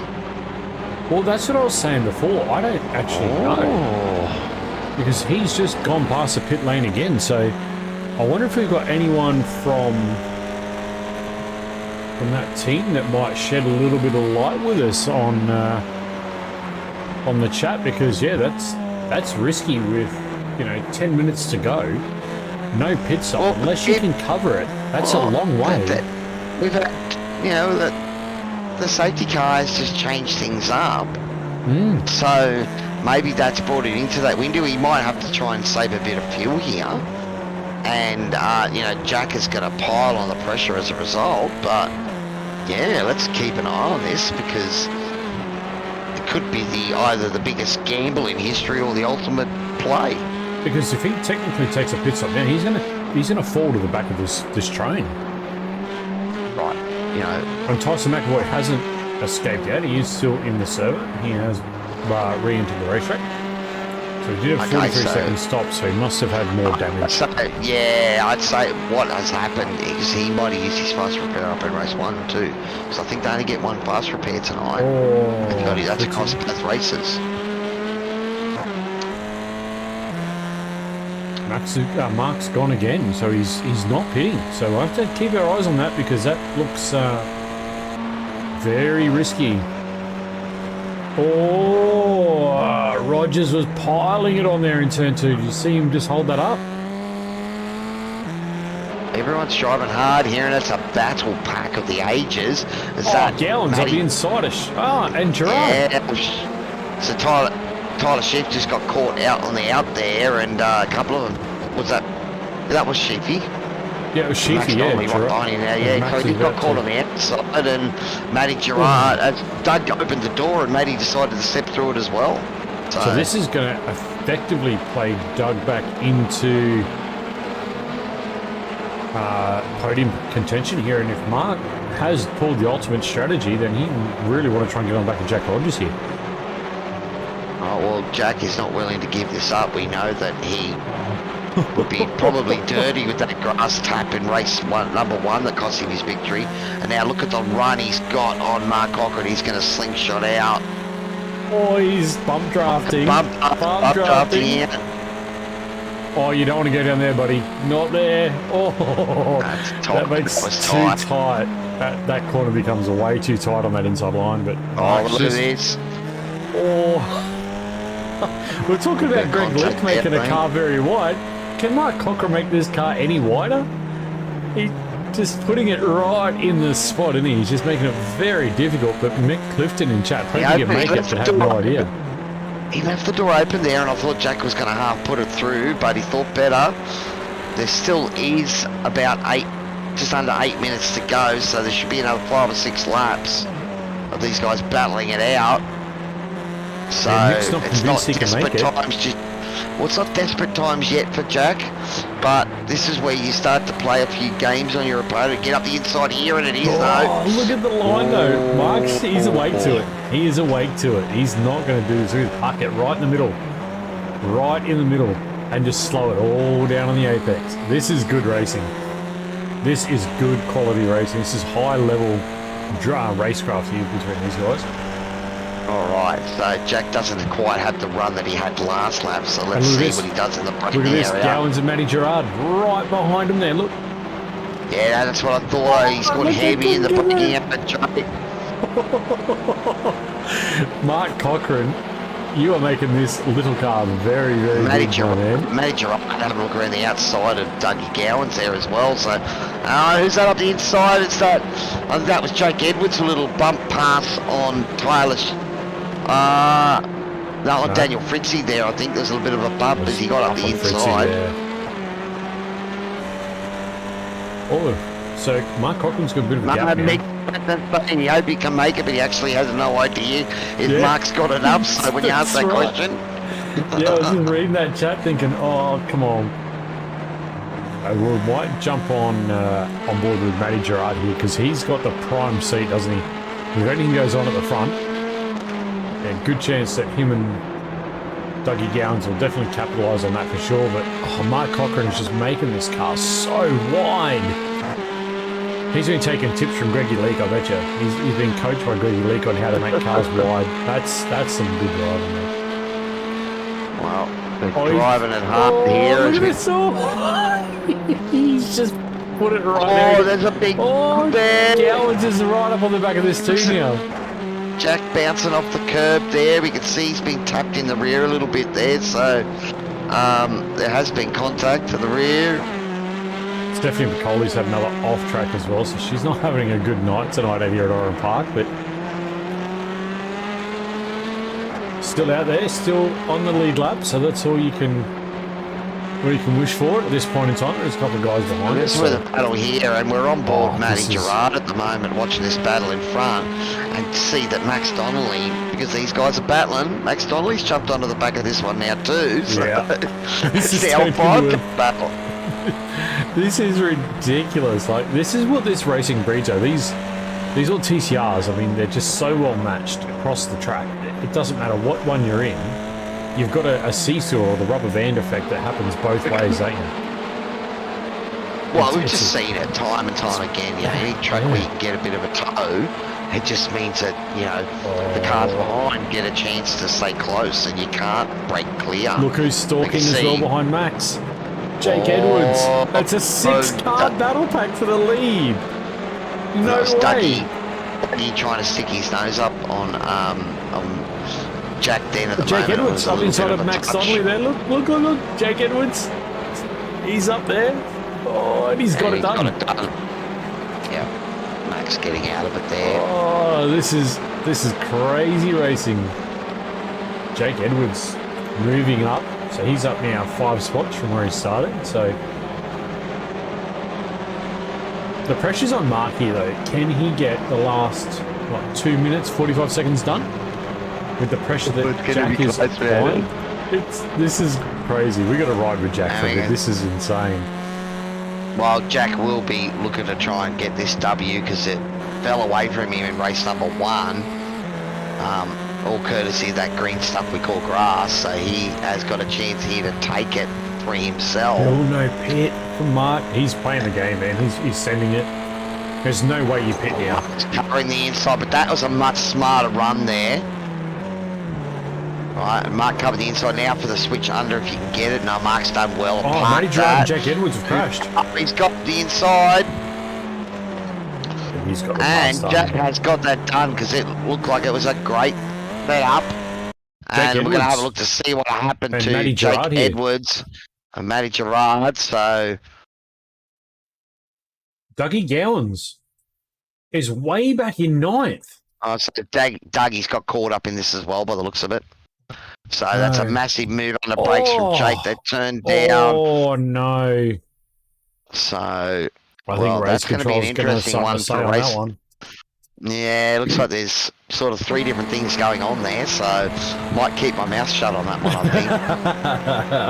think. I don't want to call that one, but that's a mess for upstairs to deal with, but that's really unfortunate because that's just taking back up to P3 now. It's certainly been action aplenty here tonight, and look, regardless of what we say, and when there is incidents out on track and things, these things will happen. In the end, the guys aren't, sending it deliberately. We're trying to battle hard and race, and these things do happen. But it is actually refreshing to see the guys willing to have a go, and if it comes a cropper, well, then you take your licks, I suppose. And look at that late move from Max with a huge send. As Mark just had a bit of an issue with fuel though. It's possible, though Mark's back on it hard 40 now. seconds I left. just think he expected Max to send it from that deep and left the door open. And Let's have a listen it's to one of Mark's those things. Is he lifting? He's doing a little bit of fuel save. He might be touch and go here. He's definitely not getting on the gas as early as other guys or as hard either, so he might have just missed that pit stop window when the safety car was caught. He might have been too far past the lane. Not really hear him lifting off big though.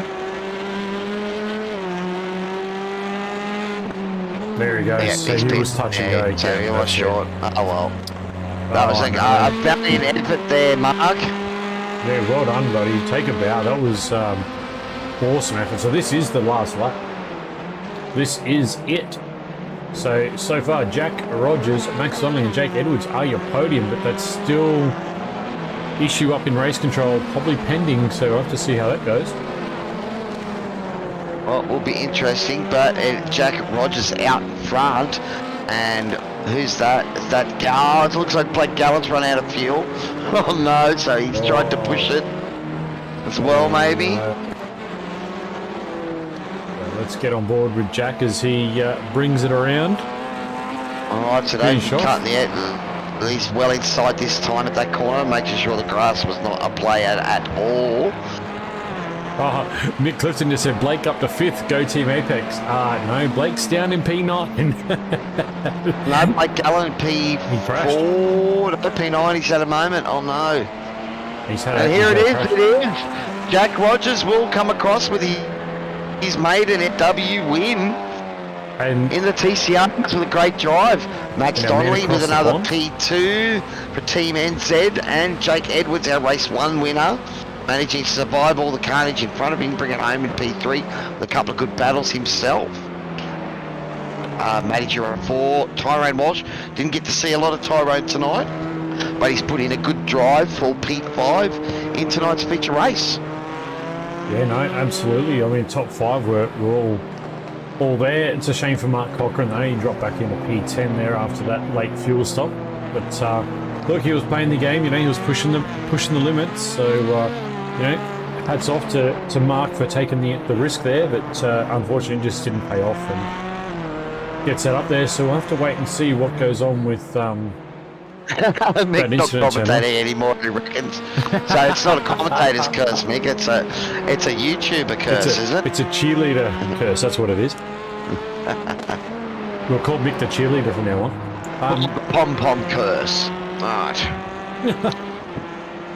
All Yeah, right, so buddy. that was, Well, interesting. what an action-packed set of racing here at Oran Park for the TCRs. Yeah. There is your feature race results. It is Jack Rogers who puts it P1 with a great result there. Jack is for Patriot Racing. You haven't filled out the SDK driver app there, Jack, if you can get on that, but a Patriot Racing car taking out the W in race number 2. Max Donnelly for NZ Racing putting it P2, and Jake Edwards, our P1 from race 1, bringing it home on the podium in the feature race. You know what, Cowy? Chef Toddy would be blowing up right now with Max Donnelly getting that second 7 on the podium. He would be in here going absolutely nuts that the fellow Kiwi has managed to get himself a second step tonight. So good drive for Max. Certainly would be. He's got I'll his have to wait. family over at the moment, Toddy, so spending some time with Jake his folks. Edwards It's always is manual in the time. green room. So we might... Let's drag him down. Oh, we got a few boys in there. in that There's green a room. bit going on. There might be a little bit going on in there. Might be some words said, Oh. but Let's bring Jake in. Get Jake All in for right, sure. so Jake Edwards. Well, we did say there might be a little bit of Moses action for you tonight. I know you got to make a couple of good passes there yourself as well, buddy, but there was a bit of part in the seas. Oh, who was that? Gallen? Mate. Oh, I don't know what even I did, bro. I think I pumped. I think it was leaky. I just tried to send it up his inside through the dog leg section, like at the start of it, and he's just closed the door on me last second. Tried to get on the curb and couldn't avoid him. Well, it seemed like it was pretty close racing out there and a bit of Rubbins race, and I suppose Oran Park's just one of those tracks that brings it out in the best of us. Yeah, that's it, man. It's a little tight set track, as you know yourself, as you drive V8s on it and whatnot. But yeah, it's good fun once you can like get up close to people and start battling them. Which that's what I was doing. Once the safety car came out, which was nice. I've always said this place. It's sort of one of those places where you can get in the zone, you get into the sink of the track, and then you can start finding your pace. But it's a bit harder when you've got all these TCRs everywhere, going everywhere, and you're going left and right and diving up the inside of each other, and But made for some exciting racing on TV, buddy. Yeah, that's what's good about it. Yeah, it's good to like be able to like actually send it up the inside of some of them and whatnot. I don't know what's happening with that last incident that we all had. I thought for old mate Gerard's like jumped on the brakes and then changed his line a little bit after I tried to send up his inside. So see what race control comes out with the conclusion of it. Well, I think he was also looking at maybe making a move on the car in front as well, because it was looking like a bit of three wide action into T2, man. He was looking at Dougie Gowans, yeah. What they got to say. Yeah. But I suppose it does give you another chance to spruik your sponsors, buddy, because you got another podium tonight, so well done. And let us know who's supporting you. Thank you, boys. Like I said before, Shunt Scenery, Palmerston Bakery, up and down T, Crisscross Racing, Whitey's Pies Racing, Whitey's Pies itself, and Rocco's Performances for all its banging setups, man.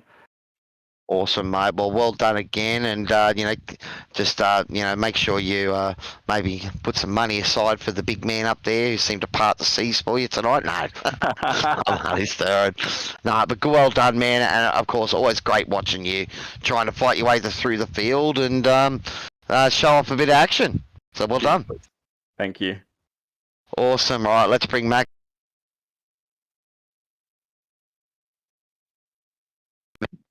Did you move me around, Rob? Yeah, I went to grab him and you'd already done it, so I grabbed you, mate. Yeah, we go to Max Donnelly. Our man across the pond. Oh, wow. Where do I start? That sounds like a good spot. Wow. We were saying it up in the combox, Cowy, weren't we? All race. I'd love to go back to the live stream and just watch all the commentary. I'd love to see it. Well, you were right in the thick of it there. The guys making moves on you. You trying to make moves back on them. You had their eyes in the back and sides of your heads tonight, buddy. Oh yeah, it's funny that I started at the same grid twice and then finished at the same grid twice as well. It was some really good racing tonight. I was actually very impressed. I wasn't too happy in sort of practice session and then qualifying, and the more laps was happening, it was getting better and better. So really pleased with the result, actually. And in the end, buddy, when people are sending it all around you, it does make for pretty exciting racing. So you got to get in the habit, get in amongst it yourself as well, buddy. Yeah, exactly. I think that the guys have got to understand that TCR is probably not a car that you can just full send every single lap. You know, they're front. I thought you were going to say it stands for total contact racing. Nah, not quite that. There is a bit of bumping, but you know, it's part of racing. But yeah, it's a car that you sort of got to take gentle and take your time with it, and then eventually it'll slowly pay off. Well, we sort of noticed that on a sort of couple of times where a car got up the inside, sort of at T3 and T4, but you're still able to maintain speed around the outside and hang on to the spot. So. Oh yeah, very close racing. Well, buddy, it's awesome having you on the podium once again. So let us know who's looking after Team NZ out there, buddy, and well done on tonight's P2. Yeah, definitely. Yeah, thanks to the guys at NZSR for the constant support. They've been backing me for the whole series, and I'm looking forward to the rest of the series. Hopefully, end up on a high. Awesome, mate. Well, another great drive tonight, and I'm glad you're enjoying it out there, buddy, because that's what it's all about. Yeah, definitely. Thank you very much, guys. Thanks. All right, let's bring in Jack Rogers. Your first win for SRW, buddy. You thought you had it the first one, and the gods took it away, the grass gods. But you fought back and taken it for the feature, mate. How do you feel? Yeah, good. Thanks, guys. A couple silly mistakes for the first race, but ironed them out and came back for the win in the second. Well, mate, it was pretty good battle. Were you a bit worried about Mark there at the end, or did you think, nah, there's no way he could make it home? Oh well, I knew I was a lot faster than him. It was just a matter of getting past, and he's doing pretty good on the defending, and basically just had to find the gap, really. Well, he was trying to save, I'm sure, as well, because he ended up having to pit there. But you didn't think he had to pit. You were racing him for sure. Yeah, I didn't think he had. Well, I didn't know, to be honest. I thought he didn't have to pit, but I just sort of raced him for the win, basically. Either way, I was getting around him. Well, you certainly made the move, and it's sort of one of those ones where you set it up, coming down the straight, and pulled it off at T3. So you're pretty happy that was the plan, and it all worked. Yeah, I tried for a few laps, and he sort of blocked it on the apex of 2, but then all the kerfuffle happened behind us, and I don't really know. I just sort of got the run on him out of the corner and passed him into 3. Well, it was an awesome drive, buddy. I had a look there and noticed your team is Patriot Racing. You've got to jump on and do the SDK Driver Up app so we can update all your details there to show on the stream correctly. But, mate, have you got anyone giving you big support out there? And going to be happy to talk about your win? To be honest, not really. I'll go tell Dad I won something and go from there, really. Awesome, man. Well, congratulations, buddy. I know you certainly earned it. We thought that the gods robbed it from you in race number 1. I'll call them the grass gods, buddy, because around at Oran Park they're everywhere. Yeah. That wasn't the gods, it was me. But well done, buddy, and congratulations. And are you enjoying the series? Because there's been some pretty good battles going on, buddy.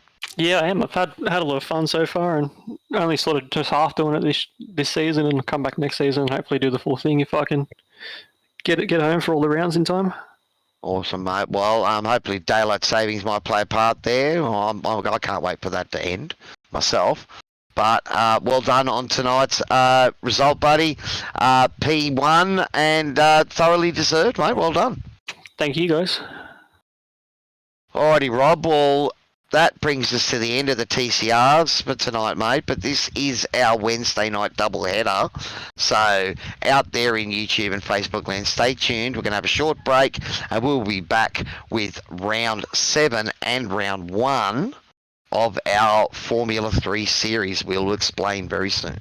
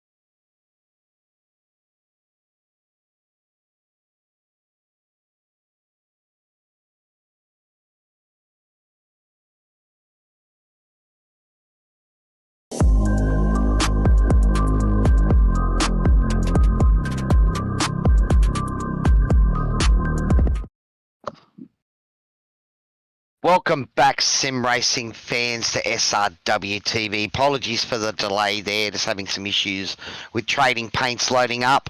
This is round 7 of our Season 1 2023 Formula 3 Series, but it is also the launch of our first round of our Formula 1 SRW season, where we're going to have a sort of season within a season where we try to match the real world tracks of the Formula 1 real racing out there with a version here in iRacing in the virtual world.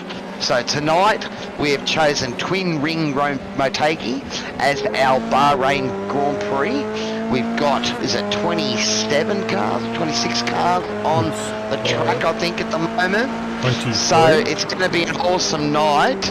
And remember, it's all thanks to Warren and Brown Tools, our major sponsor. And as you just heard, Rob, Sainted Hayter with me in comms and running the cameras once again, buddy. It's going to be awesome as we delve into the F3s and at the start of our F1 championship. Yeah, mate, I'm looking forward to this. This is pretty much the grand opening of the F1 season that fires up IRL this weekend from Bahrain, so this is our take on it. Unfortunately, Bahrain is not available to us in iRacing, but I tell you what is, twin Ring Motegi and this track is definitely a cracker for these F3s. This is going to be fun tonight. I'm looking forward to this one. Certainly is, mate. I actually wasn't surprised. I thought they might have picked one of the night American tracks, one of maybe Daytona or one of them as a night racing. The Bahrain GP is generally a night race, but twin Ring Motegi, it's a cracker of a track.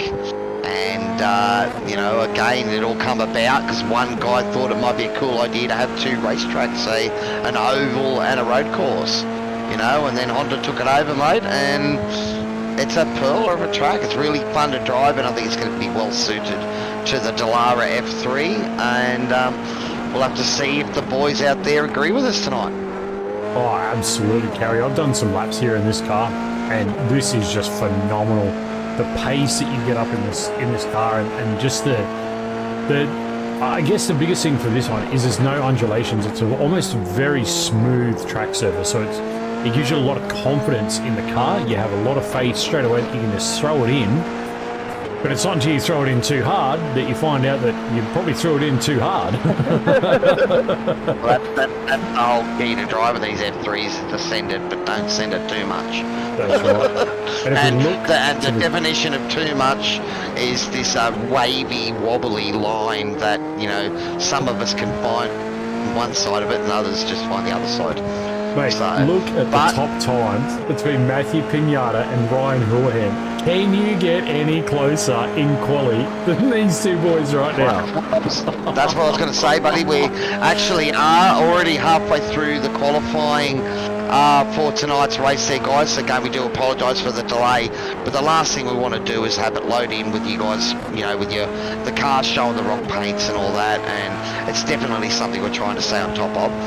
It is another sprint round for the doubleheader tonight, so I don't know if I need to talk to Mr. Sigovich about this double workload, but maybe we should be getting paid double time, buddy, doing double races. No, mate, this is great fun. These double races, these just bring good commentary, because you start out with a real sprint race and it just goes over before you know it, and then they flick it all around. They invert your top 10. Shuffle the deck.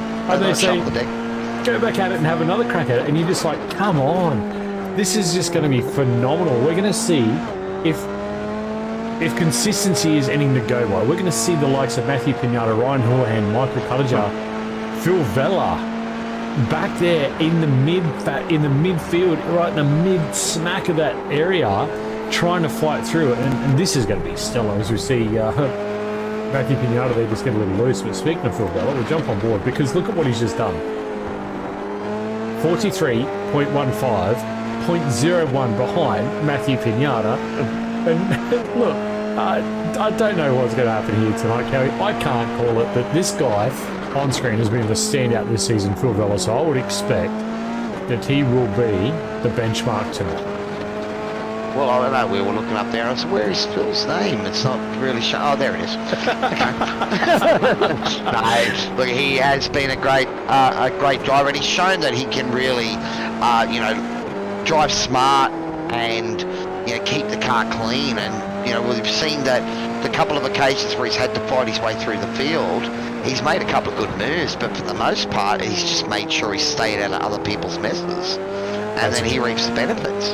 But we've seen him just week after week put it on pole and then run away with it. No one could keep up with him. So that sprint round, yes, that reverse top 10, that's where hopefully we get to see the true make of some of these guys. And then when you start to look at the mid-pack, that's where it really heats up, Rob. The guys are, we're talking sort of, a few tenths separate, 5th down to 10th to 12th. If we look at it, 14th is still, 15th, sorry, is still a second, within a second of first.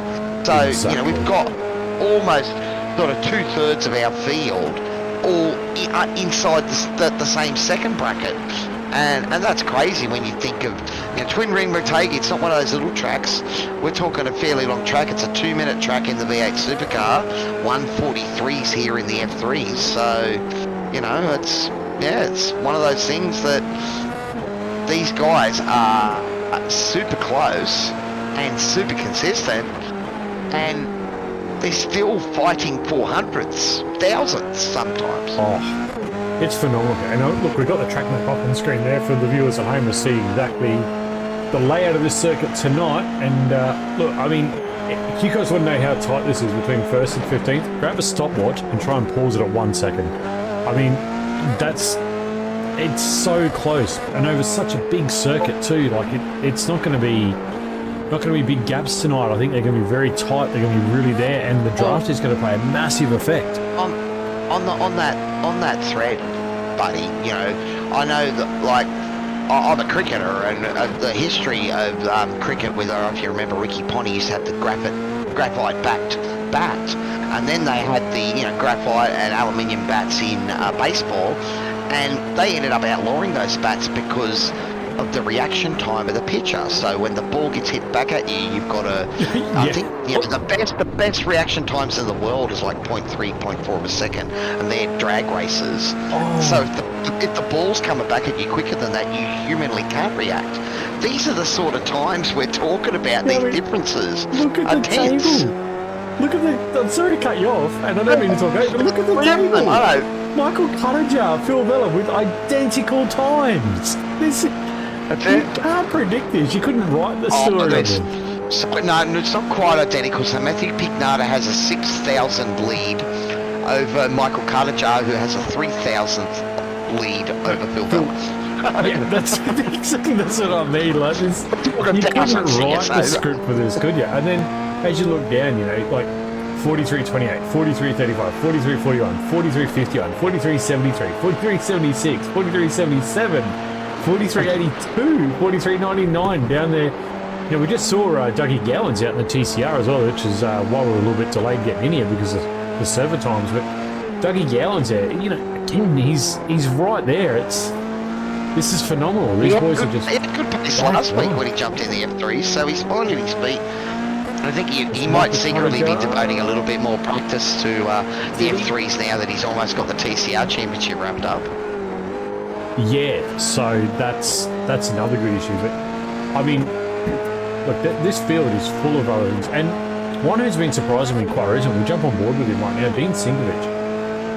Well, the problem is, buddy, we've only got about 30 seconds to go, and this is a sprint round, so this quali lap, if you're not going to finish it in 30 seconds, it's not going to get done. Yeah, so that's right. That's going to be a short. Oh, who's that off? So we've got anyone coming around to the end that might get their lap finished? Not on that track, man. That's it. I think it's Dean Sinkovich, is it? Yeah, looks like Dean's going to get his one to count. And just... Does he improve? He jumps one spot. P16. Picked up one spot over Michael Belson, and there it is. We didn't call it, buddy. It's gone. Wow. It's all over. So, we short and sweet as as we jump into the first of our double headers here for the F3s tonight. We've already gone through a TCR double header, and now we get to go through it all again. Is this deja vu?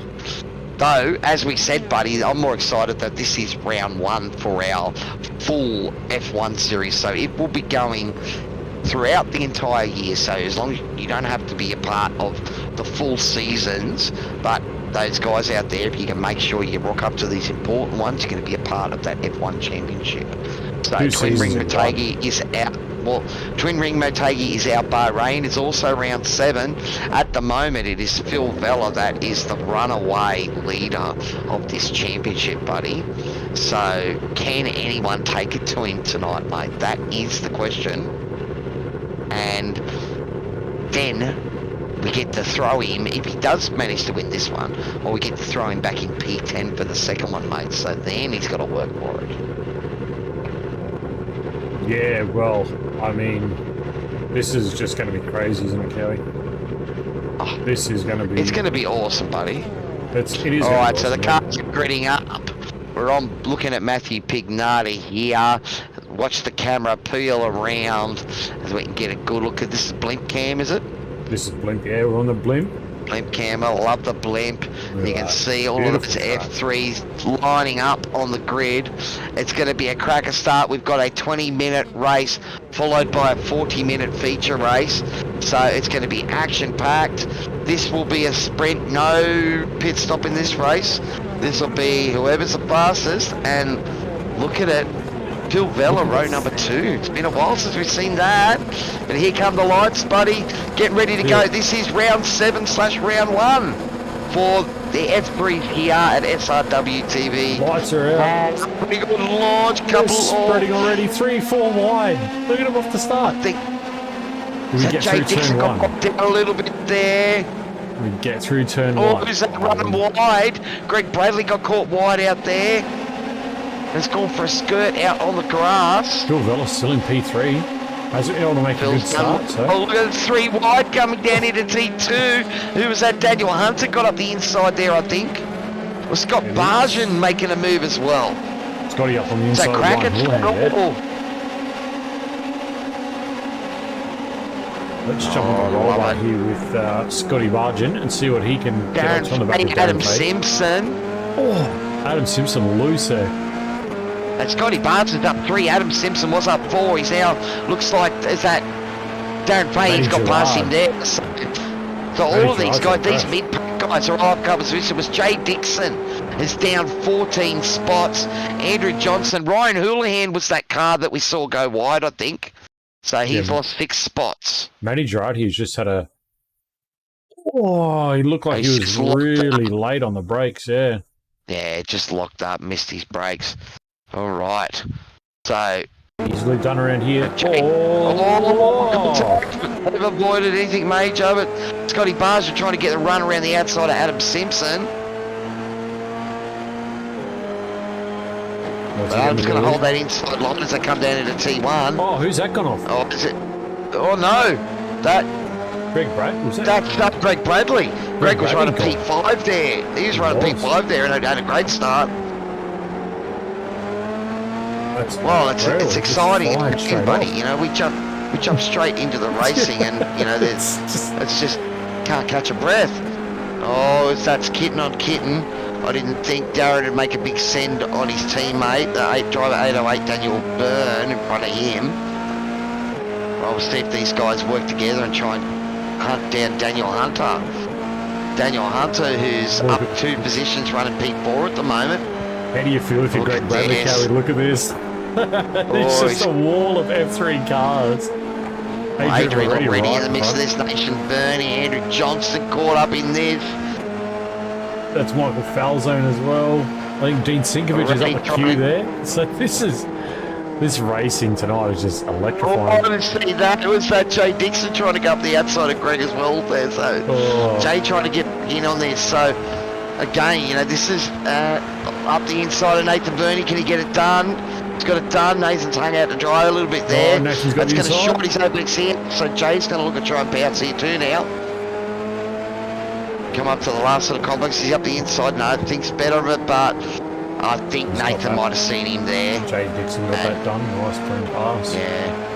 I think Jay might have seen him, and Jay just found himself caught out on the outside there a bit, so... Oh, a little overcorrection there from Jay, but... It's just getting on the gas that little bit too hard. I know that hurts. It happened to me last night. We jumped to David Gallo on the back of Dougie Gowans here as well. And then looking at the back of Brad Hudson and Scotty Bargin. So, battles everywhere. Train through the S's here. Gotta love these S's. Very, you know, I suppose reminiscent of Suzuka, except they're normally at the start of the lap, Suzuka. But this is quite a fast corner here. We've actually showed how fast you can see that very much a double apex there, trying to get a great run. This section here is... Well, this section of the track is normally one of those sections that you miss out on quite a few of the layouts here. They don't do it all the time. But great to see the cars doing the full GP layout tonight. Yeah, this track is just phenomenal for racing. I love it. So we just got up there on the screen the speed and the gear that David Gallo is actually in right now. So it gives viewers just a bit of an understanding as to, you know, like what's going on. It's such a fast circuit. The top speed, the terminal speed's so quick overall over an entire lap. It's just probably one of the fastest we go to, I think.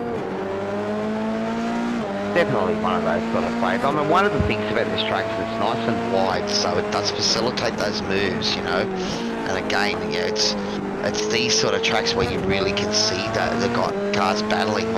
We're seeing that the draft is in play here, but it's not overpowering. But at the moment, it's keeping people in touch. But I don't know if it's really giving them an opportunity to slingshot out, because I think you're going to see a bit of aero wash affect the cars. So it's sort of one of those places that seems to balance things out, and as a result, we're seeing, you know, this massive train of cars at the moment.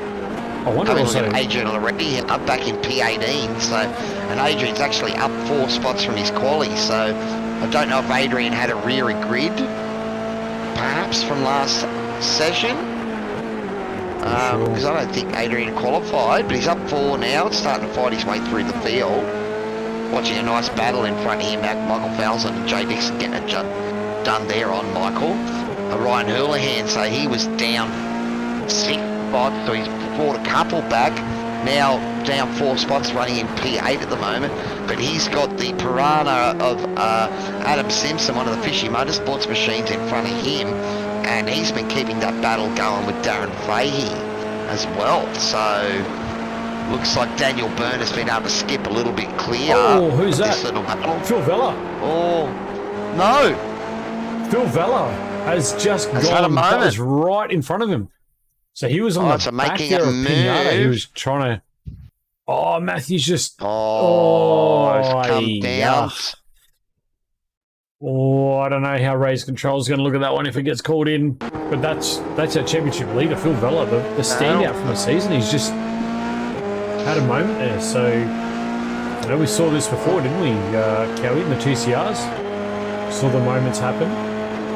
I think last night in the V8s, was the last there, someone got penalised for moving under brakes in the V8 race last night too, I think. So, you know, it is something you've got to be wary of.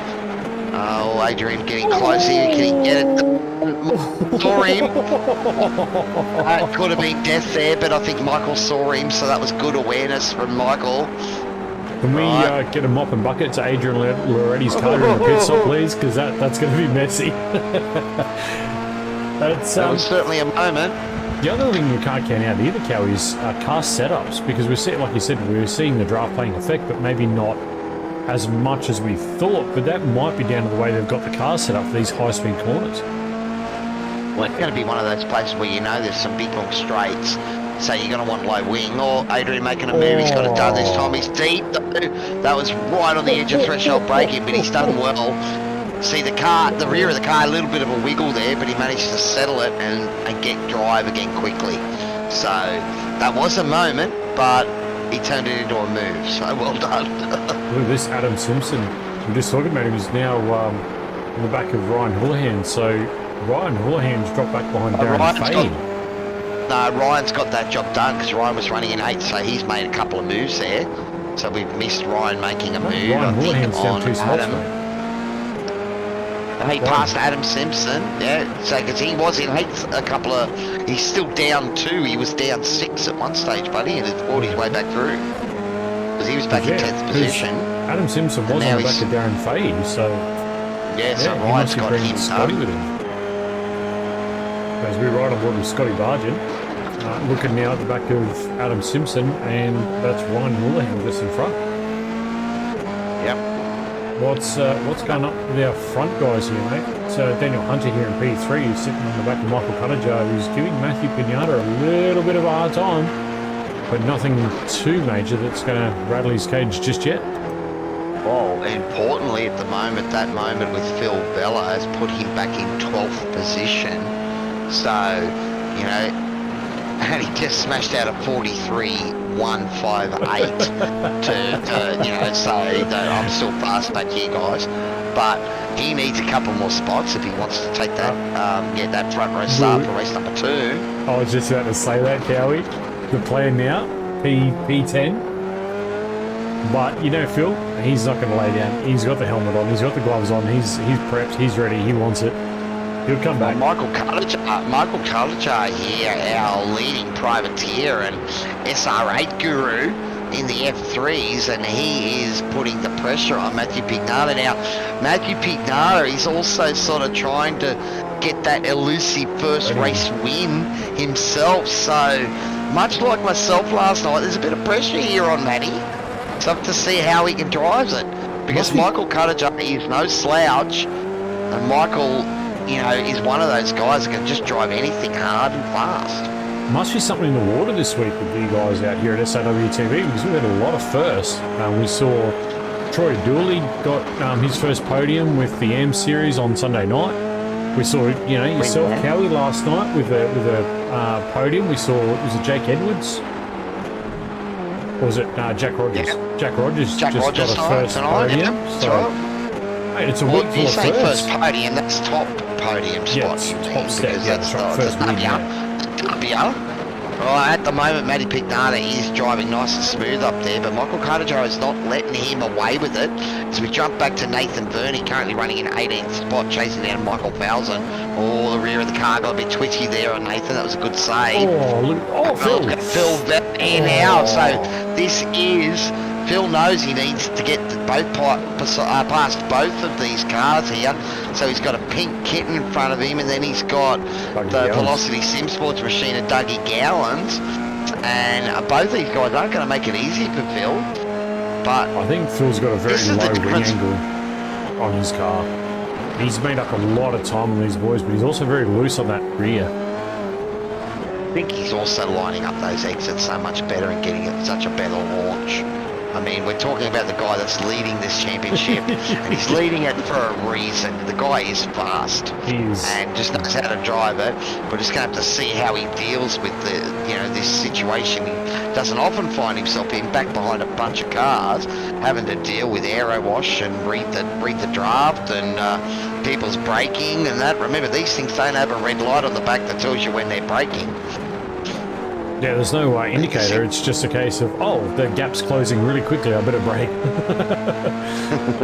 So there's no predicted send because you don't know where they're going. going. Run here, Gullo. He's close enough the toe.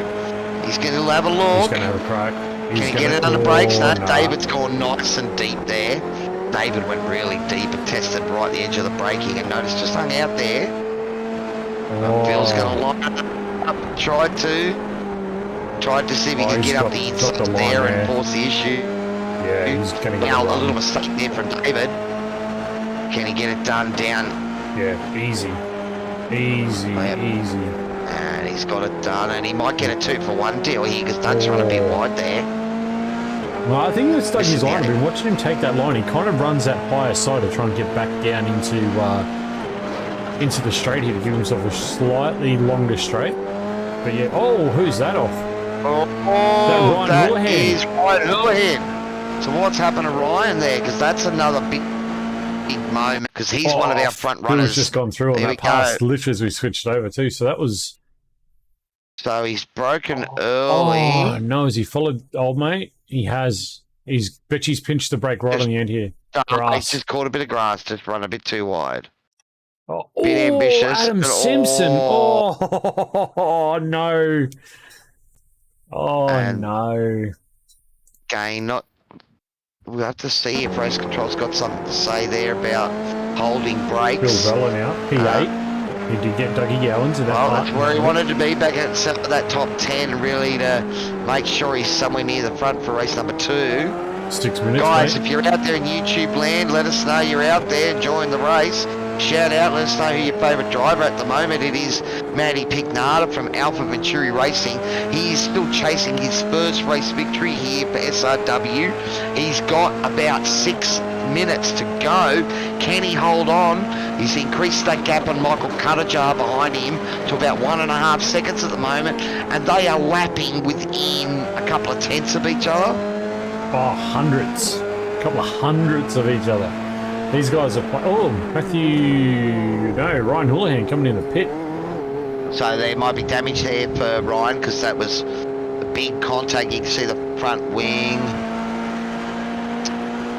And it's showing damage there, but Pinata, mate. Not here we pin. go. Pinata.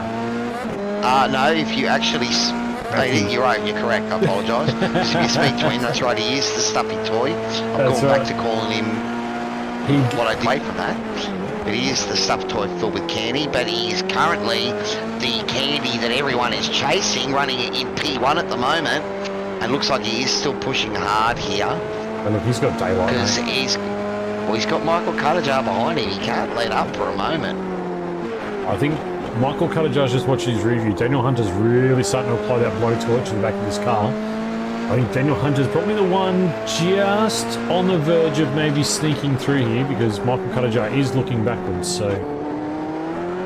Oh, Daniel's just getting a little bit of overcorrection there. Michael used plenty of that outside curving there as well, but it's close here, buddy, and it's really only a mistake that may factor in here, and it only takes a slight little mistake for it to happen. We've seen it already. Tiny little bit of grass, and it can upset your day. We've seen it already, SRW this week. We saw it last night with the V8s. We saw it tonight with TCRs. It's all about unforced errors this week, it seems to be. Like, just put the pressure on, wait for Thanks for your reminding me opponent there, buddy, yeah. Thanks for reminding me. It wasn't turn 12 or nothing at Oran Park for you, Cowy, so it's all right, we won't remind you. But no, it is. It's about making those unforced errors. It is, mate. I got the monkey on my back. It feels heaps better. So, and look, but I mean, part of the thing too is I know that being one of those mid-pack racers, I'm trying to improve myself all the time. So, and the only way you're going to catch the guys in front is to send it. Go hard. Now that doesn't mean sending it doing stupid moves. It means forcing yourself to push your brake markers to carry that little bit more speed through to really dance with the edge of grip. Look at this, David Gallo getting a run on Greg Lee. Greg tried to squeeze him there. That's going to be an interesting one. Don't think you can do that. And you don't want to be hitting these cars much harder than that either, because that'll break the steering, that'll bend it, or make it really hard to drive. Oh, there might have been a bit of a snapping in that move there from Greg, so he's definitely, not willing to give up that spot. He's wearing the F1 tag very proudly. Right, so we do have a drive-through penalty that has come through to car 999 for failing to hold brakes. I did mention that, Ryan Houlihan. Yeah. And that is probably the big cardinal sin here at SRW. If you have a moment and you're in, somewhere near the track, you just got to slam on your brakes and wait for cars to clear you, get around you. If you try to, drive yourself out of trouble, sometimes you drive down the path of the guy who thought you were going to hold your brakes. So it is what happens. And unfortunately, Ryan's fallen afoul of the law.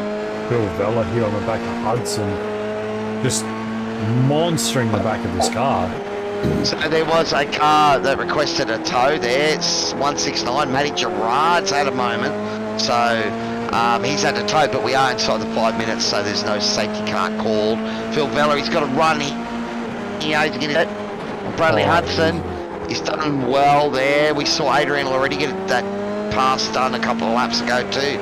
So he's definitely one of those hot spots at the track here between Ring Motegi. P7 now for Phil Vella. Yeah, and look at how quick he's closed the gap. He has. He's just torn through that. He's just taken 2/10 out in one corner. All right, well, we are inside the final 2 minutes, and it's Matthew Pinata out in front, going for his maiden SRW victory.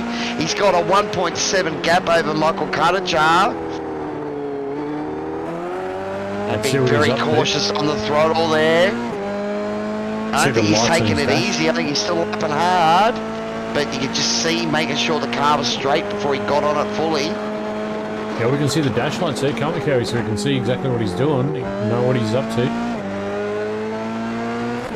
Looking very smooth at the moment. That's it. Beautiful. Look at this. Might ride on board with him because there's 1 minute left, so it's going to be this lap. Barney be waving. Yep, white flags are out. Barney's waving the white flag. Michael Cartajar's taking a couple of tenths out on him, so it's getting a little bit tense here in the cockpit for Matty. He's done well, double apex there, hit the apex, got on the gas nice and early. The run down, that gap is now down to, was it 1.6? So 1.6, yeah. Keeping it static at the moment. He's only got to get through this lap. Matthew Pinata bringing home, son. First W in SRW would be fantastic. Keep the week of first happening. But can he get through the last half a lap, mate? Half a lap, pretty much. Oh, no pressure, Matty. But he's doing well. He's keeping that distance to Michael Cartajar at the moment. 1.6, still steady. Michael Cartajar's managed, he's got 1.4 on Daniel Hunter at the moment. So, at the moment, it's all in their own hands by the looks of it here. Only a couple of corners left to go here for Matthew Pinata. He's got one long shoot right after this one, Cowy. So he comes out of here. You want a good exit. You want a nice run out of this corner. Long shoot down here. Then you go right under the bridge, the crossover. And then through the little chicane there and then cross over the finish line. So we're right on board with Matty as he brings this one home. This is going to be... Look at that, just into his braking zone. Beautifully smooth, nice, controlled, under the bridge. Through the left. There we go, going through the final section. And then right, and there we have it. Matthew Pinata getting a W. It is. Look at him, he's celebrating already, zigzagging all over the place. Look at him go, well done, Matthew Pinata. That's finally, fantastic. the monkey has been put to bed. Matthew Pinata, P1 here for his first time at SRW. Quite a few podiums. I know he's been chasing it. So he will be stoked. Michael Cartajar with a great drive, P2, who just could not get quite close enough. Threatened Matty there. And Daniel Hunter. So that's an Alpha Venturi 1-3 tonight. And can we just Daniel look at who Byrne, got the fastest lap? Kittens. Well, Daniel Byrne, the first of the Kittens in P4 as well. So well done there. Yeah. Do we dare look at the fastest lap of the race? Oh, do last I lap. need to say it? Phil Vella. No, he didn't do it. 43.13, not last lap, not that one, but 43.16. So he's got some pace. So I'm definitely keen to see how he goes in front of these boys in the next one because he's going to start in front. Not on the front row, but he's going to start in front of Matthew Pinata and Michael Cartajar. So he'll be right smack in the middle where he is here. So right in amongst it. That's right. So it's going to be Greg Bradley and Doug Gowan's on the front row for race number 2, but wow, that was a pretty exciting race number 1 with it all happening there, but I think we need to get Matty Pinata into the room, buddy, and I'm sure he'd be jumping in here, he'd be smiling ear to ear. So, Matty. Come on, Matty, jump in the green room. Here he is. Matty in the comms box. Like myself, buddy, the monkey's off your back. Your first W for SRW, mate. Well done. Finally, it's taken way too long, I think, but finally got it. So it's monkey off the shoulders, I think, for that one.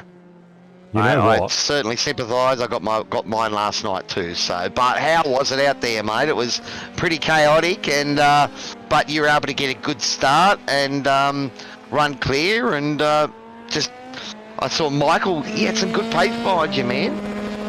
Yeah, just a matter of the start. I just wanted to try and keep it as clean as possible, let the tyres warm up and not, especially around this track, not spin out or anything out of one of the hairpins. And so I was hoping I had a little bit of pace on Michael. I was hoping he'd keep Vela behind for a little bit longer, but he didn't, so it was unfortunate. But I'm not too sure what happened to Phil.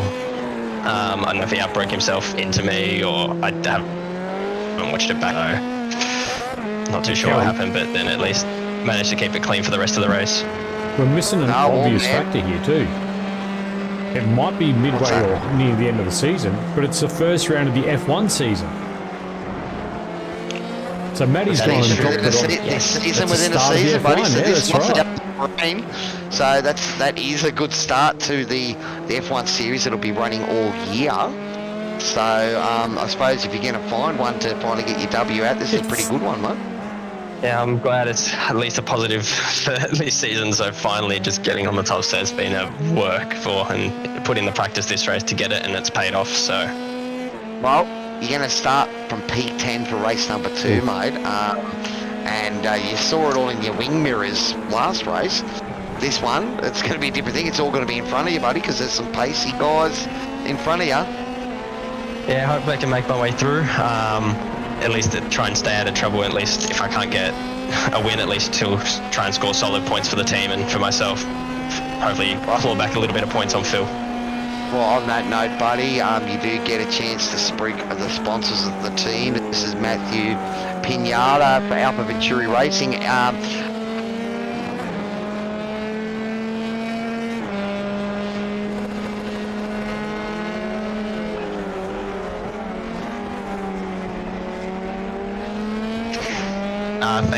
Big thanks to Toyo Sim, being huge sponsors since the start of the season, so it's been great to have them on board. Preach Designs as well, making all our liveries, so big shout out to him as well, and especially all the boys in the Discord, Ryan and Daniel as well, just racing with us, keeping my head cool throughout that race as well. Awesome, buddy. Well done. It's not over yet, buddy. One more to go.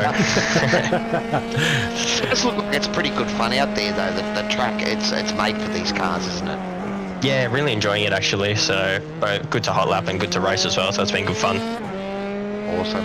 Well, good luck, Matty, in race number 2. We'll let you get going back to it so you can get your thinking cap on and see if you can work out a way to get through the 9 other F3s that are going to be in front of you, buddy. Thank you. Well done, mate. Well done, Matty. Mate, what a way to kick off the F1 season with his first win. Oh, that's going to set him up beautifully for the F1 season, so well done.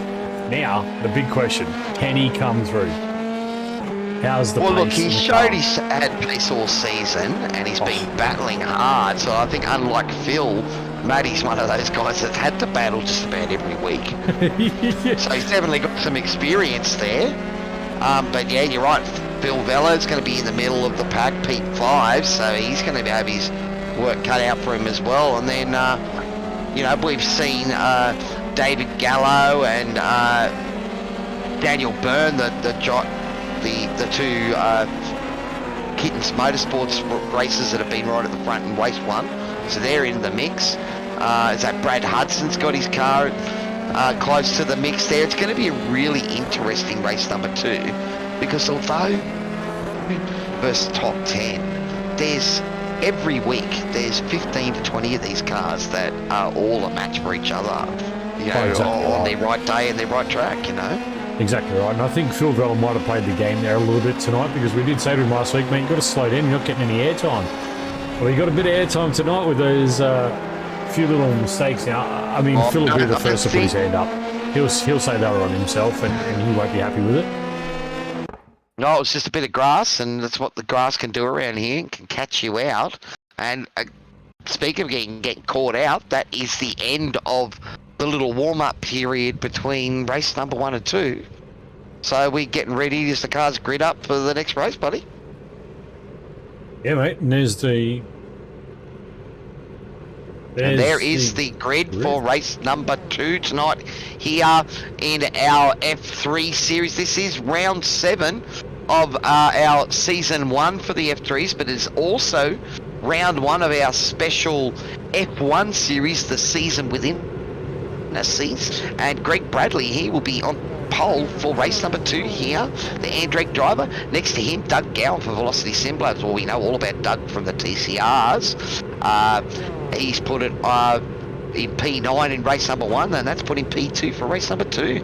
Brad Hudson and Daniel Farahey in row number 2 there. I think I mangled both of those names. Adam Simpson and Phil Vella there, race number 3. Daniel Byrne, Daniel Hunter, row number 4. Michael Cuttajar, Matthew Pignata, row number 5. Here come the lights, and it is race number 2. Let's see who gets away good. Oh, no smoke. This time looks like the entire field's got a pretty good jump. Yeah, Around the outside, Greg Bradley's got a great launch, and is that Doug? That's Brad Hudson that got a great launch around the outside of Doug Gowan there too. Adam Simpson, he's also held it pretty good. Which Sinkovich is that? Oh, he's held onto it though, come back on pretty good. Who's that? No, someone at the back. Ring Motegi. There was something going on there when Dean came back on the track. Some Malcolm Felson's had a moment there as well, according to SDK as well, but let's keep your eye on the action at the moment. We've got the two the Alpha Venturi racing machine. That was Matty Pignata and Daniel Hunter that were battling each other there mid-pack as well, but they've settled in. Phil Vella has lost a couple of spots off the line there, so we didn't see what happened to Phil. Maybe he bogged down a little bit on the line. He's down one spot at the moment in P7. Maybe got caught on the outside. Scotty Barge and Ryan Hurland, they're up 4 and 5 spots in 15th to 16th at the moment, so they're the big gainers early on in the race. But this is a 40-minute race. Oh, look at that moment there. That was, who was that? I think that was Nathan Verney. He looks like he's hung onto the car. Looks like he lost that spot to Scotty Bargin. Yeah, he's lost the spot to Scotty, but he's maintained, at least he's kept the car going. This is a 40-minute race, so we all know you do try to win it on lap 1, but it normally takes a few more laps than that to consolidate it. Yeah, 100% Cowy. Like, you've got to get these tyres up to temp. You've got to get everything moving and the brain switched on for this one. This is a longer race. It's going to be a different story. But Matthew Pignata here, right on the back of Phil Vella, so we'll definitely see Phil Vella's making moves hand over fist here right now. So he's going up inside.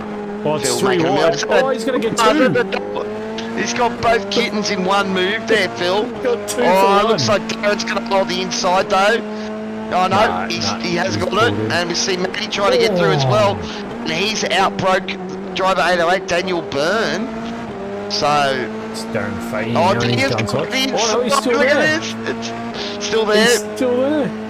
Matty's going to have the inside for the next turn though, so he's got that done. But Daniel Watson prepared to give it up, and he's opened the door a little bit for his teammate as well there. Daniel Hunter. And Daniel Byrne just shutting that door. That was close to the rear there as well. Oh, this they are is pushing crazy. up hard. But that 2-for-1 deal that Phil Vella made there, that is definitely a Danos direct move. That one, 2-for-1. Wait, there's more. Yeah, right, there is more. Lewis is on the back of Dougie Gowans now. He's down 2 spots. Adam Sampson looks like he's bullied his way through, and Dougie Gowan there as well, because we did see Bradley Hudson get Dougie on the first corner, and Phil Vella's got that done easy now. He just picked that off, He's just picking the pockets, isn't he, mate? He's just picking the pockets of these boys. He's got the Piranha Fishy Motorsports machine of Adam Simpson in front of him. He's not going to make it easy if you know anything about these Fishy Motorsports cars. They battle to the death. All right, Matthew Pignata trying to get up the inside of Darren Fahey. He's got it done, but can he consolidate it? Darren's going to try and get him back on the switchback, but he's got that done easy, and he's got the toe, but can he get close enough? He's moved inside. Just thought about it. Oh, yep, there we go. Look, Darren's got it loose on the grass. And Matty has managed to avoid getting caught up in some danger there. Yeah, But look at that, he's what gonna that's gap created it. behind there. Now look at the mess behind. There's Darren Fahey's got passed Michael by Cutter. Daniel Hunter there. Michael Cutter in the mix there. 1, 2, They're 3, 4, 5, 6, 7, 8, Look at that. 9, 10. There's 10 cars in this pack. This is crazy. Oh, Michael Cutter almost sent Hunter into another world there. That was nice, deep under brakes, but as you said before, Cow, you can't see when these cars are braking. So you're going and you're thinking, yeah, I'm going to brake at 100. I'll make brakes at 150. All of a sudden you close it up and it looks like a really big lunge, even though you're just trying to, you're trying to avoid it. And who's that? Moving up the inside there. That would Dixon. be Jay Dixon making a move Phil there. Vella's Yeah, nice teammate, move yeah. on David Geller. Yeah. Yeah, beautiful work. This is lighting up. This is what are we in? 5 minutes. 5 minutes. The tyres are probably only just coming up to temperature. And they're throwing bombs around. And look who it is. Phil Vella's got past Adam Simpson. He's now on the back of Brad Hudson. Yeah. And he's closing in on the front of this motor race at the moment. He's But gonna Brad have a Hudson, gap to the Greg Bradley, JWM though. machine. It's great to see him up near the front. I know the JWM boys have been a bit quiet the last few races and haven't been on stream as much. Like Steve Tonkin was one of the drivers from last season. We haven't seen a lot of him at the moment. But yeah, it's good to see Brad right in the thick of things, currently running P2 at the moment. Ryan Houlihan, well, he, a big moment there in race number 1 and then got penalised as well, so he's got it all to do.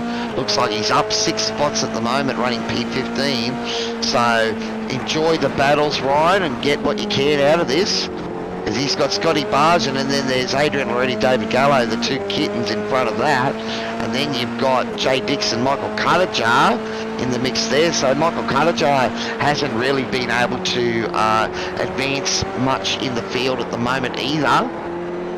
No, he hasn't been able to. Phil Vella's starting to close that gap in. He's something different, isn't he, Phil Vella, tonight? He's had that. Run wide there from Bradley. He's got on the power, but look at that, just tight to exit from Phil. And look at the momentum here. He's going to have a lunge down into Houlihan got Scotty the Barger, final too. turn. There we go. Yeah, There look, he he's got goes. it done. All right, Phil's still the hanging. inside. Yep. He's got And it done. yeah, That's a nicely no-brainer. done there. And in the end, I mean, Bradley, could have maybe fought harder, but as you said, we're just going 7 minutes into a 40-minute motor race. So it's a bit hard to drive those last 33 minutes with a broken car. So This bloke here, right, he is on the charge. He's only up 7 spots, hunting down the back of Adrian already and David Gallo. yeah, just got the job done on Scotty Bargen. The Kittens boys I think they're forgetting that they're teammates. You don't need to be chopping your nose You off. left him round there, but I think it's probably more David going. Adrian's not going to stick his nose up there, so I'll just cut it off in case. Yeah, no, that's exactly right. But no, we see Ryan Houlihan now on the charge. Flick up to Daniel Hunter, who's still pestering the back of Darren Fahey. And that's Daniel Byrne, so it's Right in front of him, and he's chasing down Doug Gowan. Looks like Matty Pinata's got past Doug Gowan there, so that's we missed that move. That would have been a good move as well. But there's some great action up and down the field, and we're all going to have a look to see Matty's pass. yeah, Okay. Matthew Pinata up on Dougie Gowan. So I think it's Well, just going looks to be like an easy one into turn 1 here, mate. I think it's just Well, that's is it turn deep. 1? No, it's actually under the hairpin. Yeah, that's Under the deep. ridge. I think That's- that might have been yeah, Doug just saw him coming. going. Yeah, I think Doug just thought, yeah, I'm not battling you, man. I'll let you through. Not so much let him through, but I'm not going to fight it. If you dive there, I'm going to let you have it. So, all right. What? So yeah, this is the battle. So what have we got? We've got Alpha Venturi, then we've got Velocity, then we've got Kitten Alpha, then we got Privateer, and then we've got Downforce Racing, and then more Kittens and another Alpha. So the Kittens and the Alphas are the ones that have been filling the litter here, the litter box here at SRW for weeks now. And they're battling mid-pack, and the beauty is that we've had all these new drivers come in, and apart from Phil Bella, who's just come in and stolen everything, it's all that clutter has gone into the mid-pack running, and it just makes it so exciting here. Yeah, well, we talk about the driver and talk about Phil, but we seem to forget that inside this is all the teams as well. So we've got the Alpha Venturi boys, we've got the Downforce racing, we've got the Kittens racing. You know, we've got the teams in there having a crack. You know, we've got Fishy represented there with Adam Simpson. I think one of the other boys is in tonight as well. We had Blake. We had Blake Delaney in a couple weeks ago. I think it was one of the other Fishy boys. But the issue is that I think the Logitech E Series is running at the moment. They've got a couple of them running in the V8s there in that top tier league in Australia. So that's a pretty moment that was there. A wicked move between Scotty Bargen and Ryan. Yeah, he's got up the inside, and Scotty's car flicked out there. So I think that was a bit of an opportunistic move. He sort of half did it, and then Scotty's car reacted unfairly, so he was able to get it done. Michael Cuttajar here, he's now found a spot. He was down one off the start. He's got back in the groove, and you see these guys will run at 10 minutes, so we'll have to keep an eye out when we see these guys pit, because I get the feeling that it's really going to be running the tank dry. I don't know if the undercut's really going to work for these guys around here, but we'll see. Someone needs to pick up Michael Cuttajar. He's too good at driving. So Matty Pinata up into P4 now, and he's right on the coattails of Adam Simpson. Greg Bradley's doing a good job of holding up Phil Vella at the moment for a couple of laps, but we can see Phil closing that gap up ahead here, so that's going to be on soon. But it's Phil Vella and Matthew Pinata, the two speeds in the F3s that have been working their way through the pack this time, and running P2 and P4 at the moment. Yeah, exactly right, Cowy.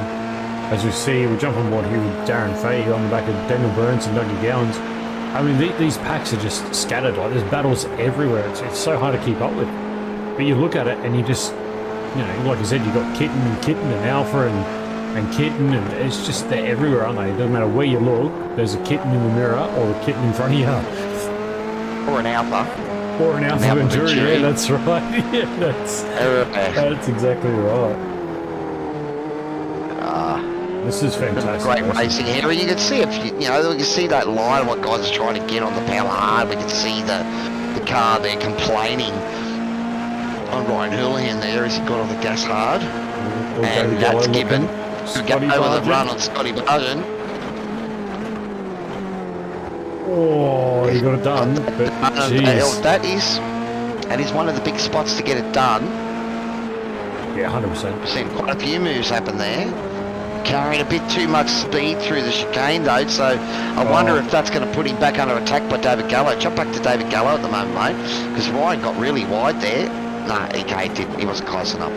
Oh, Scotty Bargen, yeah, that was what it was. Because I thought someone got really wide and twitchy there on that exit, and it looks like Scotty Bargen has dived through there with a great move.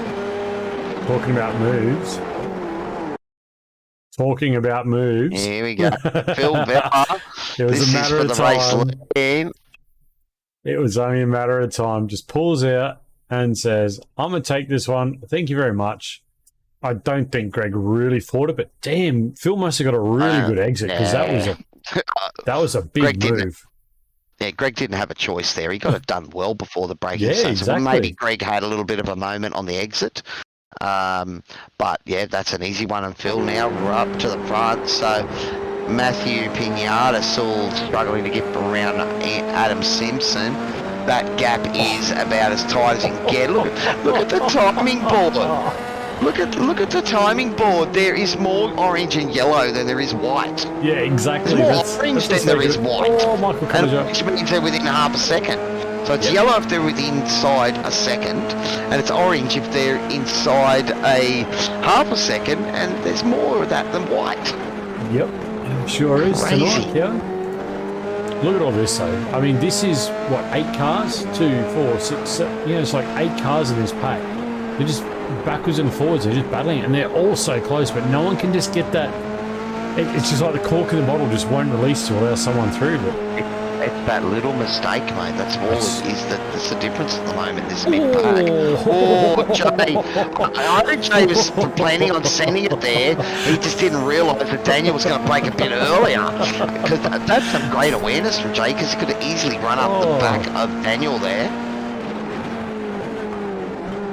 And again, that's one of the things I like about tracks like Twin Ring Motegi. It's wide enough that can happen in a braking zone. You know, you try stuff like that at Monza and there's nowhere to go but up the back of the car in front of you. Yeah, no, absolutely right. So we'll jump on board now. We're going to sneak the inside here. That was, so you can see Daniel trying to get around Michael, and if he hung wide there, Jay was ready to take advantage of that. And now it looks like Michael Cutterjar's starting to cop a bit of tyres, and that's a great move from Jay. So that's Daniel trying to go around the outside of Michael, and he's made a little mistake, and that's opened the door. And that's what we're talking about here. Oh, Jay's up the inside. Michael's up the inside. Daniel Hunter up the inside there, but looks like he's finally got it done. But Adrian Loretti round in the back there, looks like he's got the job done on Daniel Hunter. So it's been a shuffling of the mid-pack deck in the space of half. It's not even shuffled. Look, they're still side by side. There's Jay Dixon right there. Look at this. It's on. It's there. It's going to get boxed in at the moment, though. Oh, can he carry the speed and be on the inside for the next turn? This is what he wanted. Not there. Here. Here. Right there. Get it, son. Lay it down. Great driving. Oh, Brad Hudson in the fence right there. Hudson. What's happened there? Because that was some great racing here. Adrian Loretti, Daniel Hunter going too wide through that final chicane. That is amazing stuff. He's just what's happened to the exit, Bryce? He loosed it. I think he's just gotten on the throttle and just spun it. Oh, he's a bit. Yeah, it's going to be grass. It's grass. There it is. Yep, just put it a hint too wide, and that is horrible. Running P2 and having a great battle. And see, unfortunately, look at all this time it's costing him, and that drops him back to what, P18, P17. Phil Vella just cracking on out the front there now. Bradley still in P2, Matthew Pinata still hasn't been able to get. Well, Matthew's got the job done on Adam Simpson, so because we saw he was behind Adam there before. There's a gap there. So he's got that pass done, but he's still got Greg Bradley in front of him. So if you're Matthew Pinata, do you try and undercut Phil Vella in this pit stop? Do you try and throw the undercut at Phil and make him react to it? Because that's got to be on the cards. Well, he's got to be thinking, how am I going to get to Phil? Well, it's looking like it might only be a one-stopper tonight. Look at this pack. Truth. Well, yeah, I mean, what are we now? We're halfway, so yeah. There was a bit of contact there, I think. Hayter Andrew and Daniel Hunter, there might have been a little contact there, but a big smoke screen trying to avoid it, and that's that gone into the pits.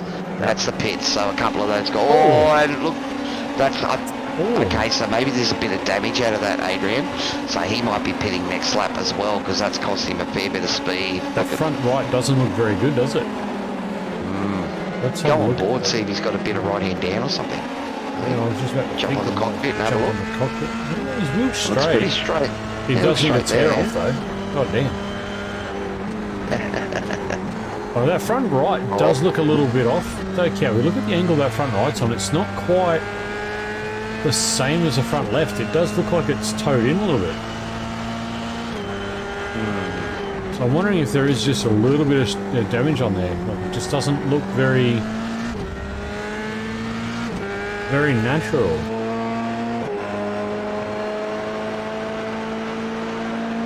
It looks like it's pointed in a little. Well, we'll keep him in. Saying he's probably got a pit. Well, we are coming through that pit cycle at the moment for a few of the guys, so it does look like this race is a one-stopper. Well, if they make it to 20 minutes, it's a one-stopper. We haven't had a safety car at the moment. That's almost a reverse. It was a couple of safety cars in the TCRs tonight. So far, it's been clean sailing for the F3s. So see what happens when you put them on a track that's a bit wider. Yeah, exactly.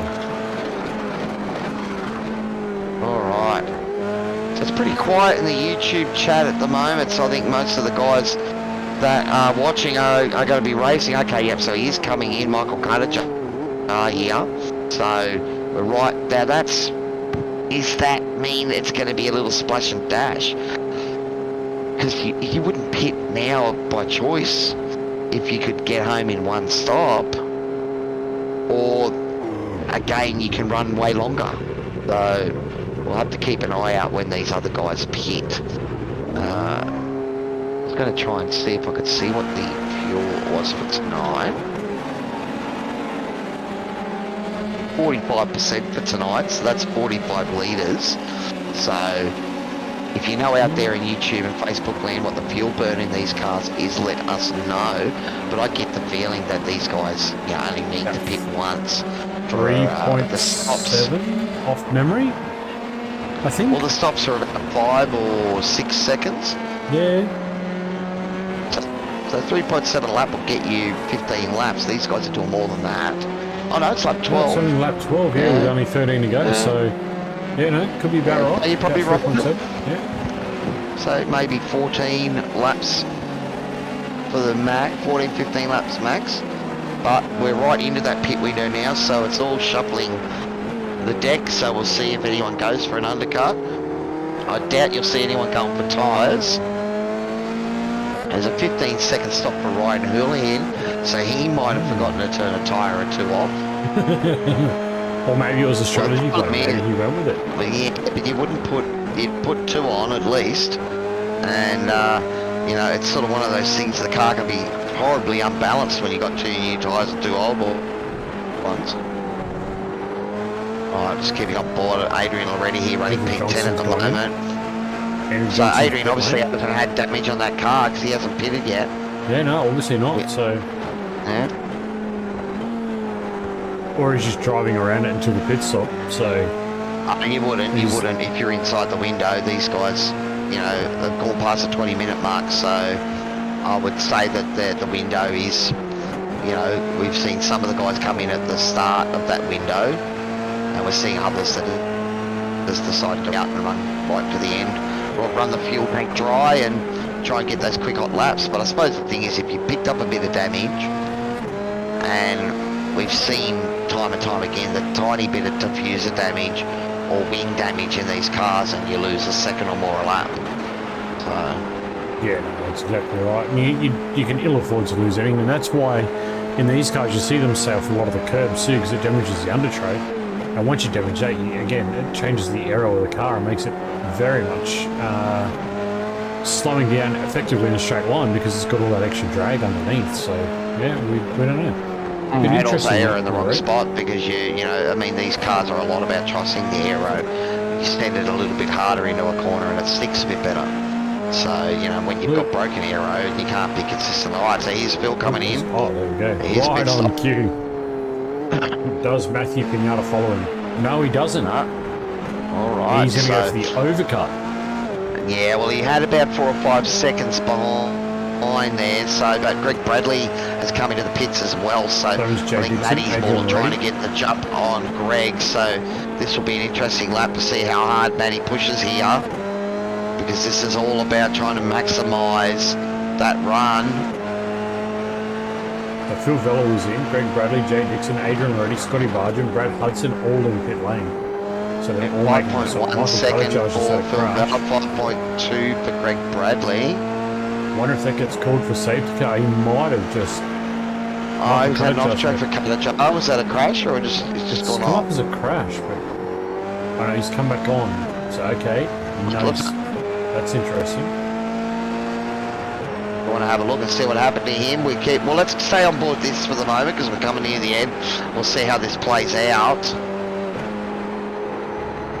We've still got a bunch of cars that haven't pitted yet, about 7 or 8. So perhaps there's another lap or 2. So let's see if Matty comes into the pits.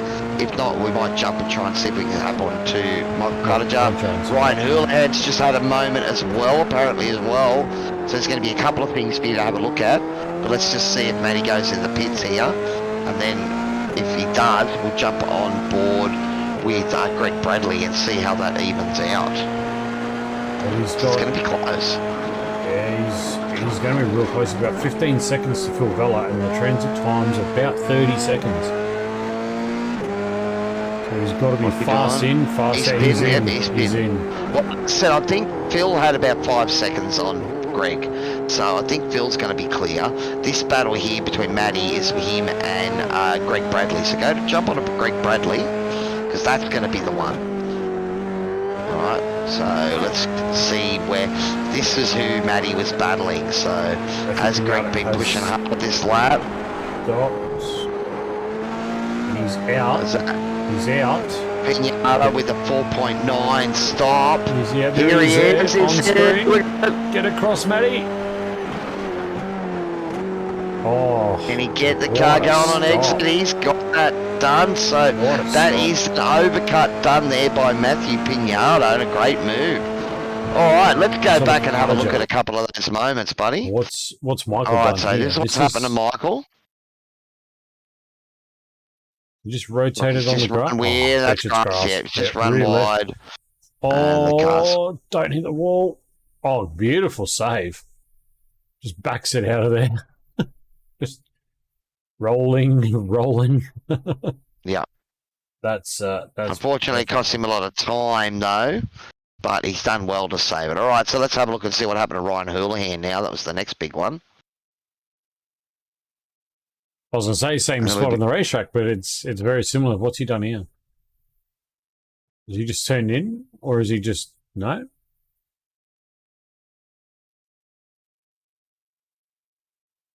It's just rotated on the corner, mid-apex, yeah. It's just that tiny little bit too much speed, I think. Yeah. Yeah. Unfortunate. Very unfortunate. So Greg now gets his turn to maybe put a bit of pressure on Matty. We come back to battle and see Nathan Burney, Daniel Hunter, Doug Gowan, Adrian Loretti with a nice little battle pack going on here. And then there's a couple more cars ahead of them as well. Yeah, you got Darren Fahey and Jay Dixon up in there, but they've got a bit of a gap, so that's not too bad for them. But right here, Jay Dixon, his pit strategy's jumped him a bunch of spots there as well, because he was running in about P10 and he's now running P6. So some great strategy call there from Jay. He's jumped a whole pack of cars there. Absolutely, yeah. That was a fantastic strategy call. So that works out really well for Jay, because that now pushes him up behind Daniel Byrne, and he's making some time over Daniel too, so he might be able to get up there and affect the front, but once again, Daniel Hunter, he's the earliest of the pit. Daniel Hunter was the earliest of the pitters on lap 11. He's currently running back in P10 and down a couple of spots. So I think that, he's come in and had to run 2 or 3 laps with a bit of heavier fuel load in these cars, and that's just affected his times. And there's a few cars that have been able to jump in. And look at this. This is riding on board with PT Matthew Pinata, and that is Phil Vella right at... Oh, Ryan Houlihan's had a spill somewhere. Another moment, has he? Oh, no. Unlucky. Definitely in the walls a bit here, so let's have a look and see what happened to Ryan again. That's another Alpha Venturi, so we go from one to another, but... Well, he's definitely been... Okay, so he's just avoided. He's got on it to avoid going up the rear there. I mean, it's unfortunate.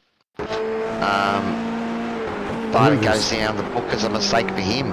7 seconds to Phil Feller out in the lead. Look at that. Up in the distance, you can just see a little black dot there going through turn 1. Yeah. Hi, Phil. That's... Matthew Pinata's got to be sitting there thinking, what have I got to do? Like... Oh, he'd be happy he got that monkey off his back with the W in the last race, so as you said, he was more worried about just as many points as he could bank in race number 2. Well, P2's a pretty good chunk of points at the moment. Phil Bella showed his human in race number 1 with a little bit of grass mistake. To see if that's how Doug Gowan there running a bit wide, trying to get a run on Darren Fahey. Darren Fahey's fallen back behind Adrian Loretti, so it looks like his teammates jumped him in the pit sequences there. Right up the back now. Oh, these guys have been stuck together the whole race. Daniel Hunter, Dougie Gowan, Darren Fahey, Adrian Loretti. They've been in that big cluster for like the entire race so far. Oh, and he's got a little bit more there, Dougie. Had to get out of it to catch it. He's holding the inside line. But Daniel's going to have a nice run, and if he can get up the inside here, he's going to get the job done. No, backs out of it. Thought better of it.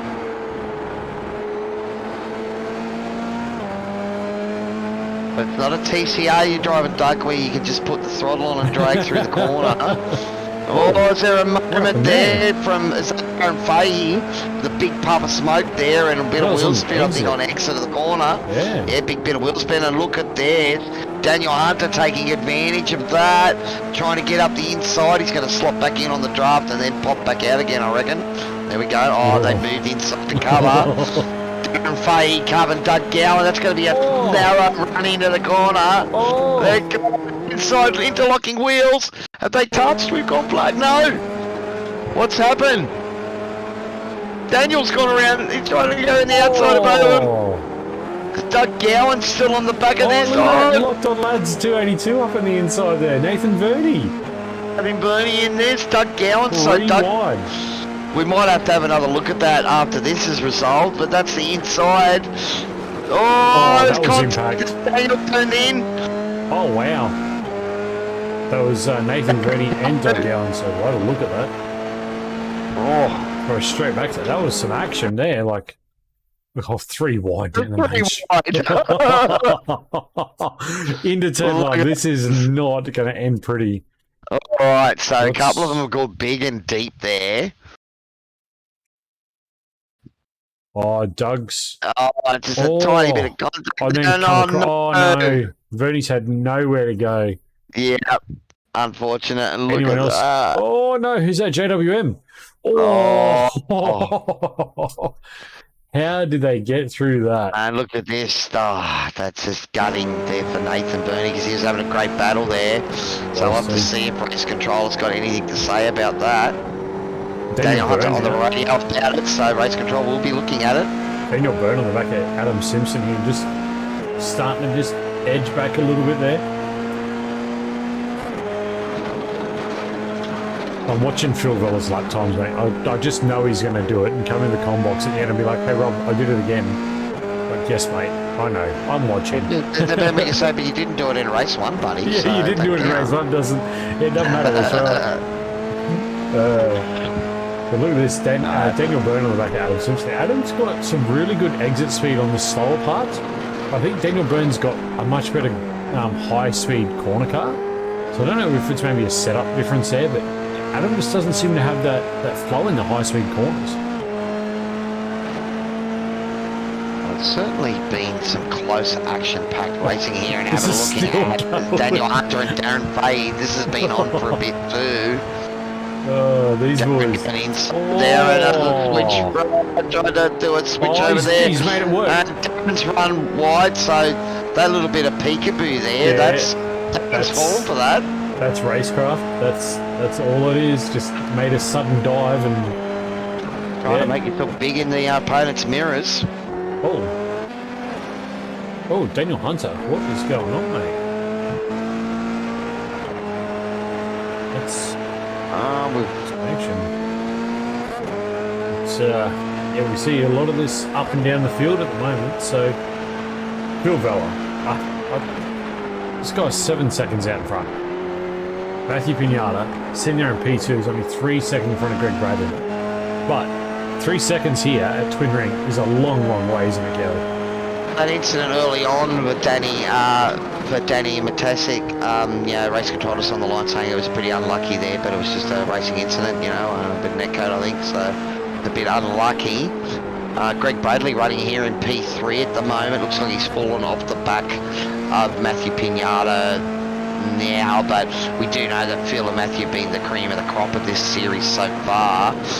So Greg, he'd be having a great race at the moment. He's got about 5 seconds on Adam Simpson, so he's been steadily pouring that gap out. But in all of tonight's action, plenty here, buddy. We have just over 6 minutes remaining on this race. And guys, it's all thanks to Warren and Brown Tools, our major sponsor. Also a big shout out to our other sponsors here at SRW TV, and they are Fast Track Experiences, Racecraft Net, Grim Industries, Toyo Sim, Melville Equipment Corp, and Dragon RC, and of course the promo department. The safety car that hasn't put in an appearance in the F3 tonight at all. That is a crazy statement in itself. Well, we would have seen it, except it happened in the last 5 minutes of the first race. Yeah, true. So it was kind of saved by the belt. And to be honest, Cowy, 5.5 minutes, they wouldn't call it now anyway. So no safety cars at all tonight for F3s, which is fantastic. It means these guys have done a really good job. Doug Gowan battling hard against Bradley Hudson. The other big battle at the moment is Daniel Byrne on Adam Simpson. That gap's down half a second as the driver 808. Yeah, I hope you're streaming this one tonight, Dan. But this is a great battle here, buddy. And it's P4 in front of you, so it's all for the taking. Yeah, I don't think Daniel's going to hold back now. Not coming in the last 2 minutes of this race. He's going to want to get that from Adam Simpson. And we all know Simo's had an absolute horrid run the last couple of weeks, so he's going to want a good result as well. So P4 would be really good for Adam right now. But Daniel Byrne's not going to go down without a fight, so I hope Adam's ready for it because it's coming. And Greg Bradley in 5 seconds in front of these guys is just happy. Be looking his relative gun. Cool. Still got 5 seconds. 5 minutes, 5 seconds. Yeah, he's not I'm worried. liking this. Well, the more these guys fight, the more it gives Greg Bradley that extra window that he needs just to manage the gap. He's just got to manage it now. He doesn't need to do anything silly. Just maintain a 5 second gap. He'll be fine. And the reverse. Oh, a bit of grass there from Adam Simpson. So that's cost him an exit. He's going to go defensive straight away there. Comes Daniel. Daniel trying to go around the outside. Can he get the switch? Oh, some good driving there by Adam. He positioned the car about as good as he could there. And you watch him stay on that inside line. No, he's gone outside. Oh, Daniel. Oh, he's hit the grass again. That was a bit of a peekaboo moment there, Neil. I think trying to do the same thing that we saw Daniel Hunter pull off. This battle is on, buddy, and we are running out of time. 36 minutes gone of a 40-minute race, so but you can see there that gap's just extended out a little bit more. Greg holding on to P3 on the podium. And we cannot count out Mr. J. Dixon sitting here watching these two right now. That's what I was going to say, mate. The moment there's a battle in front, it just brings the third car into the fray. Adrian already's about 5 seconds back, so he might be a bit too far back to join this party. But Jay Dixon, P6 at the moment, didn't have much to see of him in race number 1. It was all his teammate. But race number 2, we're on board and we can watch him close down. Can he get this done? Adam Simpson is driving hard and he's positioning that car perfectly.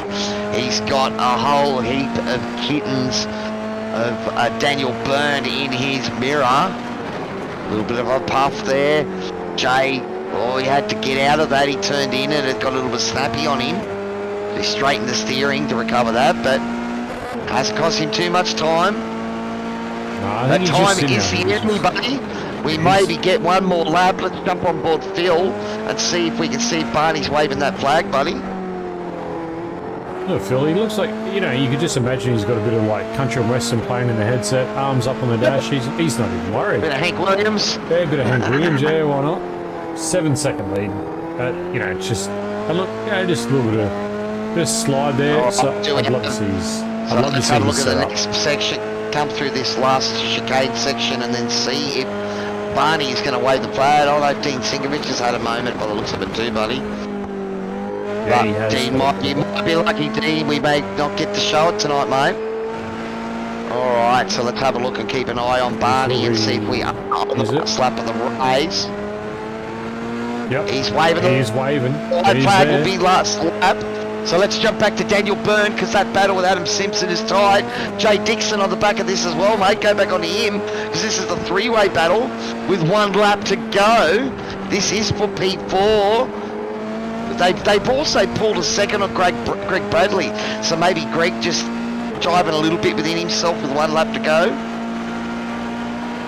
Yeah, I'd definitely be thinking about it. I'd definitely be looking at options here. Adam's But, gone they're there, both loose. Both loose. Oh, Jay's got to get the look at run. this. Adam Jay's- had lots of slip on that car.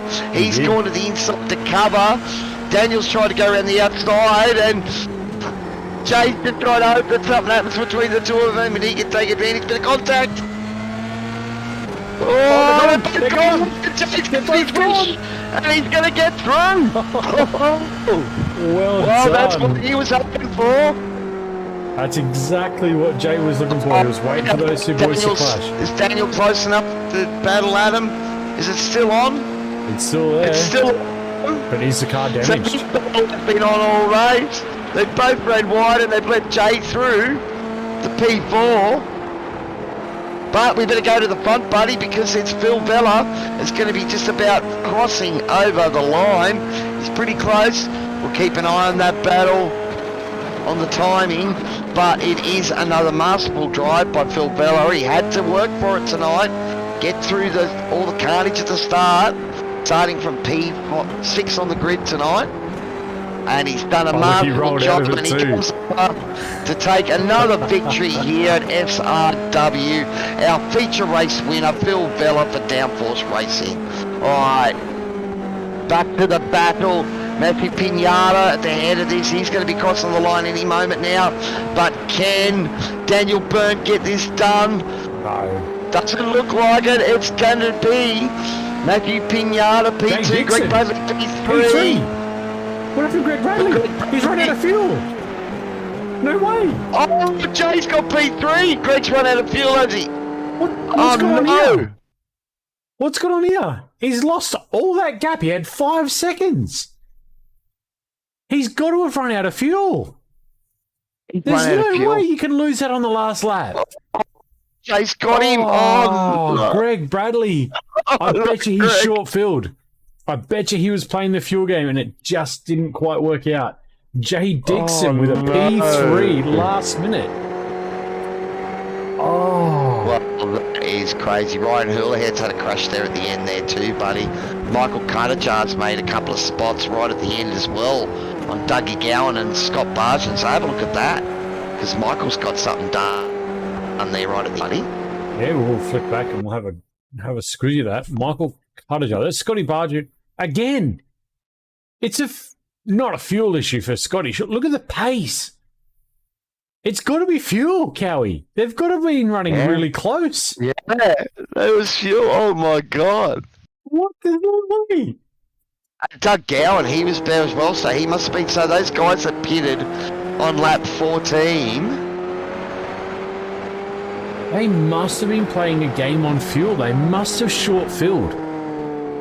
Well, Michael Carterjar's finished back in P9, so I reckon that the Phil's pace up front has forced everyone to do an extra lap, maybe. Oh no!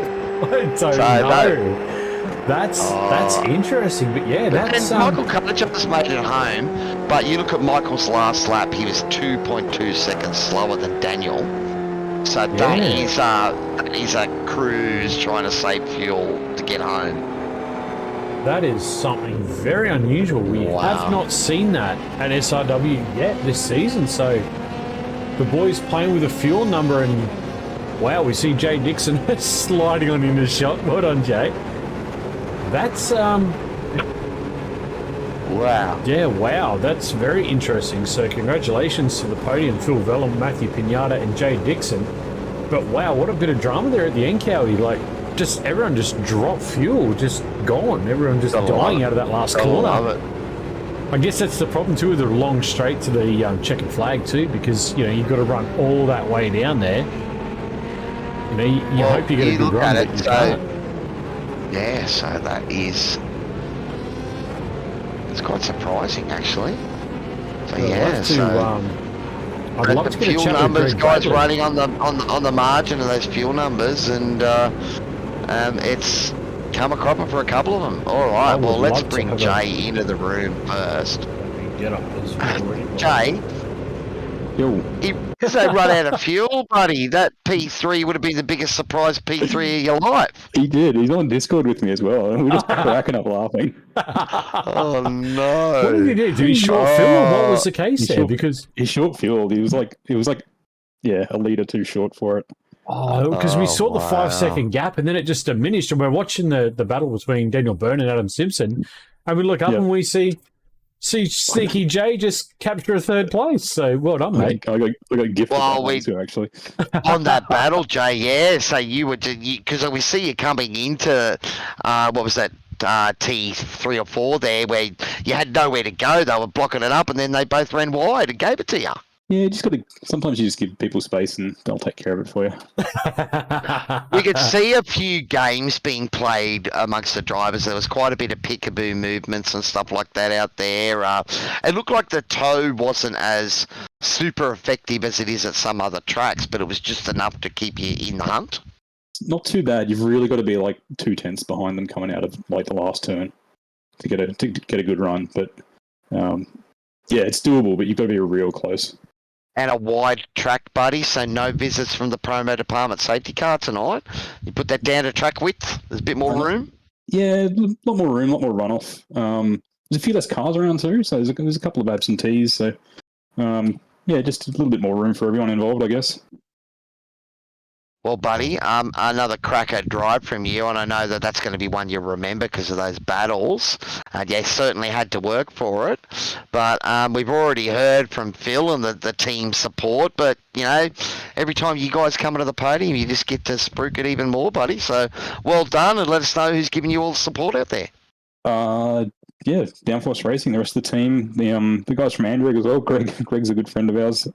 We do a bit of practice and exchange some times throughout the week. So yeah, shout out to the Android guys and everyone else that races with us week in, week out and keeps it clean and races well. It's good fun. Oh, it's getting a real solid middle battle pack there, mate, and it seems, apart from your teammate Phil and Maddie that seem to be running away with it, you know, the rest of you are sort of fighting for those minor positions every single week, mate. It's crazy.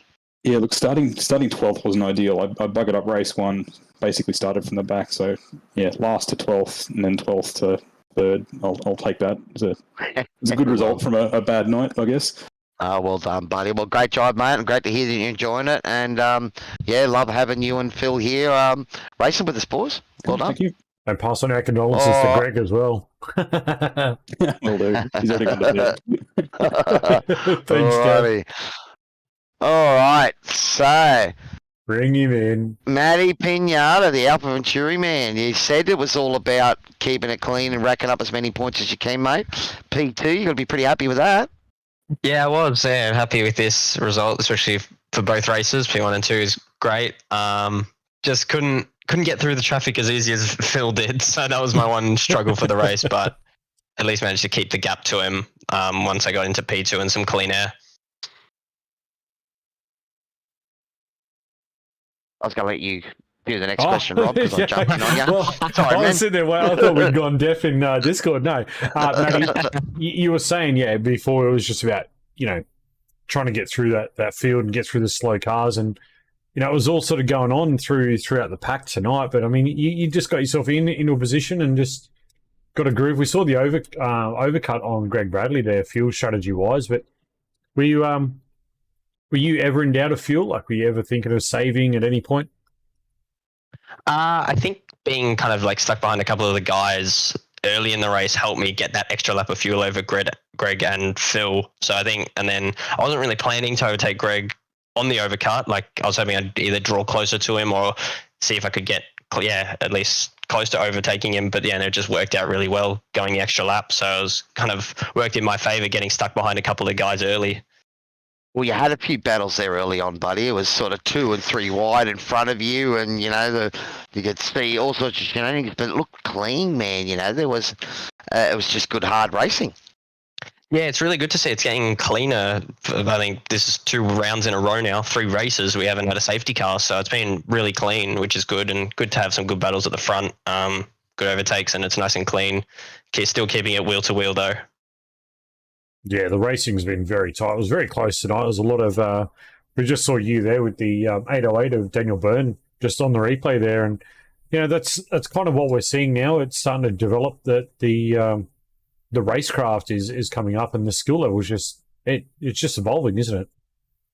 Yeah, definitely. I think we're all getting used to how driving together as well. When you battle in packs as well, you get used to the same drivers, especially if you're the front, middle, or back. You get used to how the people drive, so you can be wary of where they're going to brake late when they're defending, or they're going to cover the inside rather than let you through.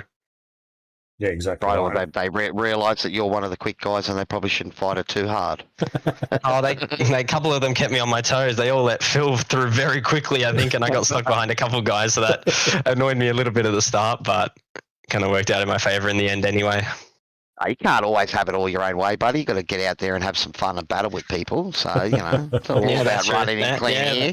Mm-hmm. That's true. Well, you have put the Alpha Maturi machine P1, your first P1, back it up with a P2 in the feature, mates. So you're probably taking out the round as well, mates. So let us know who's giving you boys all the great support out there. Firstly, again, thanks to the boys in the Discord. I know Ryan and Daniel didn't have the round they I think they would have expected coming in with the pace that they had. So it's just really unlucky and unfortunate for them. But again, shout out to the sponsors of Toyo Sim, Preach Designs, Impression Signs as well. Just all big thanks for them supporting us throughout all the series that we're doing. Well done, buddy. Well, have a great night. Give the monkeys off the back, mate, and you can now enjoy yourself, eh? Yeah, hopefully a few more come through now. Hopefully the floodgates are open. Well done, buddy. Well, it was great watching you race tonight, and congratulations, and we'll see you next week. Well done. Thank you, boys. Thanks, buddy. All right, let's bring the Phil man in. P6 on the grid, buddy. You had to make your way through the pack there a little bit at the start, and it wasn't quite part the C's, but some good driving. Looks like the skill level we're noting amongst the whole field seems to be just getting better and better, and you're racing closer and closer. Yeah, actually, like the quality times today, I think the top three were within a tenth of each other. So it was... nine thousandths. Oh, okay, yeah. Close. So yeah, it felt close. It felt close. I haven't had a look if that was with draft or just in clean air, but I looked at those times and just went like, wow, okay. But yeah, obviously a bit of an unforced error in race one that I'm a little bit disappointed about. You're human, mate. I'm a believer. We thought the robot has finally made a mistake. I'll bring the robot back next week. You got plenty of airtime in race one, mate. Plenty of airtime. Yeah, I mean it was quite fun the battle until I kind of outdid myself throwing a shape at Matt there and just misjudged it. I was talking to him after the race to ask if he felt contact because I had contact modelled on my side, but I didn't feel like I was that close. I was just trying to put him under a bit of pressure, but that's the way it goes with the net codes and the like sometimes. And yeah, I felt like the recovery from that, I felt like that went well. And then, yeah, 6 on the second race there was it was a nice place to start, but Matty was right on me from the very start. Well, and the track Twin Ring Motegi, a good track to start because remember this is the start of our F1 sort of season within a season that'll be running all year following the F1 tracks. So, is it fun in the F3s driving around here? Oh yeah, it's an incredible track actually. It's not something I'm used to. Like it's a bit of a mix of a few different tracks. It's got the S's section from Suzuka. It's got some of the longer straights there from a track like Road America, as well as those kind of downhill right angle turns. So yeah, but it might look on the broadcast like there's a lot of grip out there. There's not a lot of grip for the F3 out there. Like it's very easy to hang the rear out. Well, we did see a few of the guys sort of dancing in the rear there, but again, it's good to see that everyone's having a go and pushing hard. There was a few interlocking wheel moments that were a bit hair-raising, and but no safety car again, as Matty pointed out. Or sorry, was it Jay pointed out? 3 races in a row with no safety car. Yeah, I mean, I really enjoy that, to be honest. You get a nice kind of contiguous race there, and there was one point where I had Greg Bradley behind me for a few laps, and just the level of pressure that Greg puts on people puts grey hairs on beards, right? It's really, really precise, really consistent driver. So it was nice though just to have to be able to manage that type of gap and not, I guess, have a massive concern about the field kind of condensing back in. But I tried to hold a little bit in reserve because I was worried that if you put too much heat into the tyres around here, it becomes really, really challenging for mid-corner stability. And I thought if there is a safety car call, I better be ready to kind of deal with that. I was expecting to come in tonight, Phil. Sorry, I just want to have a bit of a poke at Phil because he had a crack at me last week, but he comes in this week and he didn't even do the fastest lap on the last lap. What's going on, Phil? Twice. You missed it in the first race too. Did you running out of fuel or something? Because we saw a fuel issue right there for Greg Bradley, and a couple of the boys just sort of died on that last lap. Please tell us you weren't in that window. No. I had it till the third sector, and then I just made a small mistake, and I was reminded about a habit I have of spinning out of races in the lead, but B, the fact that I had the 0x as well. And so, it sounds like an excuse to me, Rob. So there's a lot of them. I've got a list here I can go through. We need It didn't feel like I had the car under me for it, to be honest, at the end there. Yeah, right. We need that book of Phil Vella excuses up here in the com box. I'm sure we can use a few of them. No, mate, that was he hasn't had to use many of them this year at all, buddy. He's running away from it. But Phil, look, another great result, buddy, and good to see you enjoying yourself and racing with the boys, and good to see some of them starting to push you there in quali. You had the second row start tonight too. That would have been a bit of a surprise for you too.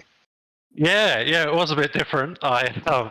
For some reason in my head, I had a thought that I could probably get to P1 by turn 2. So I tried that line around the outside and just nearly had it, but the rears were just kind of protesting a little bit as I tried to exit there. So I thought I'll just sit in and see how Michael tags onto to Matt. I was a little bit worried that we were losing touch with Matt, and so I made that move on Michael there and kind of closed up, but and obviously then made some mistakes, which I've got a few novels worth of excuses. But it was really nice out there, and there was a bunch of really clean driving. Racing with the Kittens guys is always a real pleasure. They battle quite hard, but it's always really respectful, as well as the Andredge guys who we're typically on voice with as well.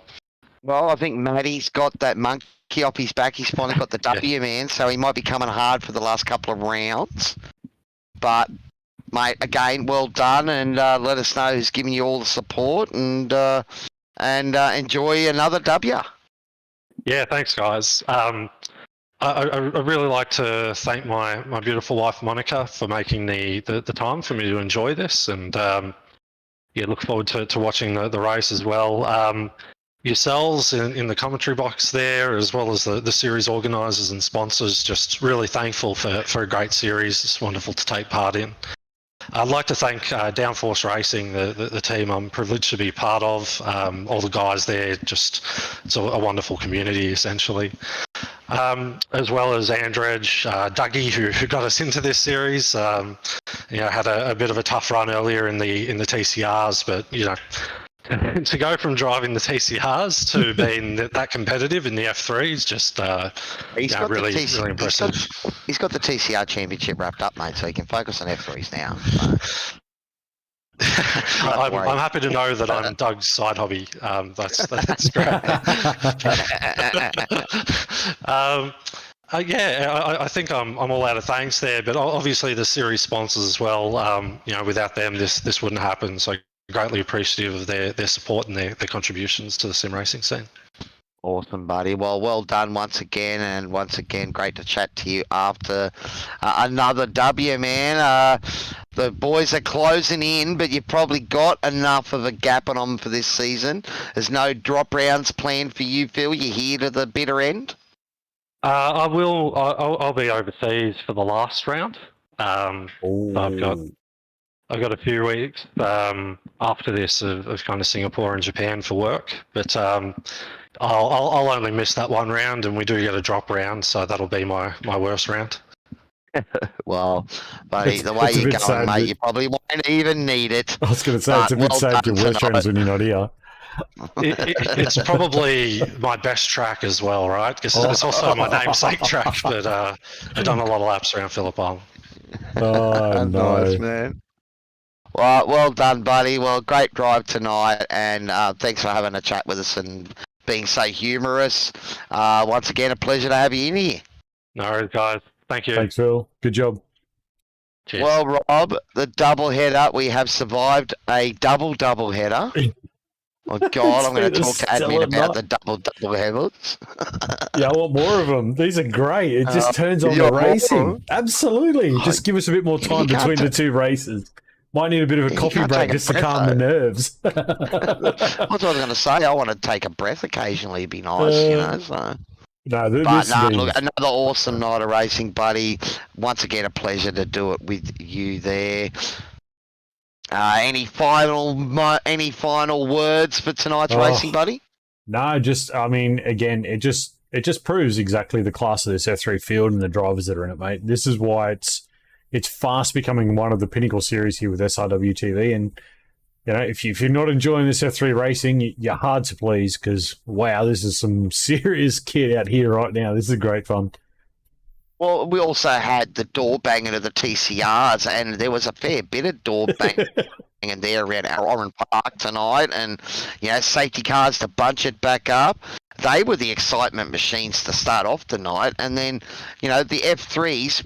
3 races now in a row with no promo department safety car. These are the cars that break if you look at them, right? And we've had no safety cars, mate. It's fantastic, mate. The level of competition is an all-time high, and it's just getting better and better week in and week out. And I think we're now starting the F1 season, so we got Matthew Pinata again getting a good jump into that against Phil Vella and the boys. But you know, the level of competition is just rising, and it's bringing the best of the best out of them, mate. It's, you know, you got Adam Simpson there. He's happy with the P5 tonight. You had, you know, Greg Bradley there, P4. So you know, the boys are just Adam's getting quite happy with himself and his drive P5 in this field. So a comment on the YouTube, well done.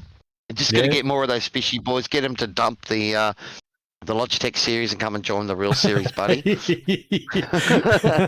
don't think that's going to happen, Cowy, but no, but it's just good to see. It might have been a bit ambitious there, but yeah. It's just good to see the guys getting in and mixing it up and gets clean. It's really, really clean racing. There's no backwards and forwards. There's no wheel banging, you know, and when it is, it's purely just out of just racing. It's just not people racing hard. That's right, and it's quality. So yeah, I'm waiting for next week. Next week's going to be fun, and the rest of the season. But you know, we just heard from Phil that he's not going to be here for Phillip Island, which is our last round in a couple of weeks, and that's probably music to Matthew Pinata's ears right now, because he can probably go away and get some practice there, and that's a good track for the F3s as well. That's a big open flowing circuit. So there might be a few guys chasing the W there without Phil on the grid. Oh, absolutely.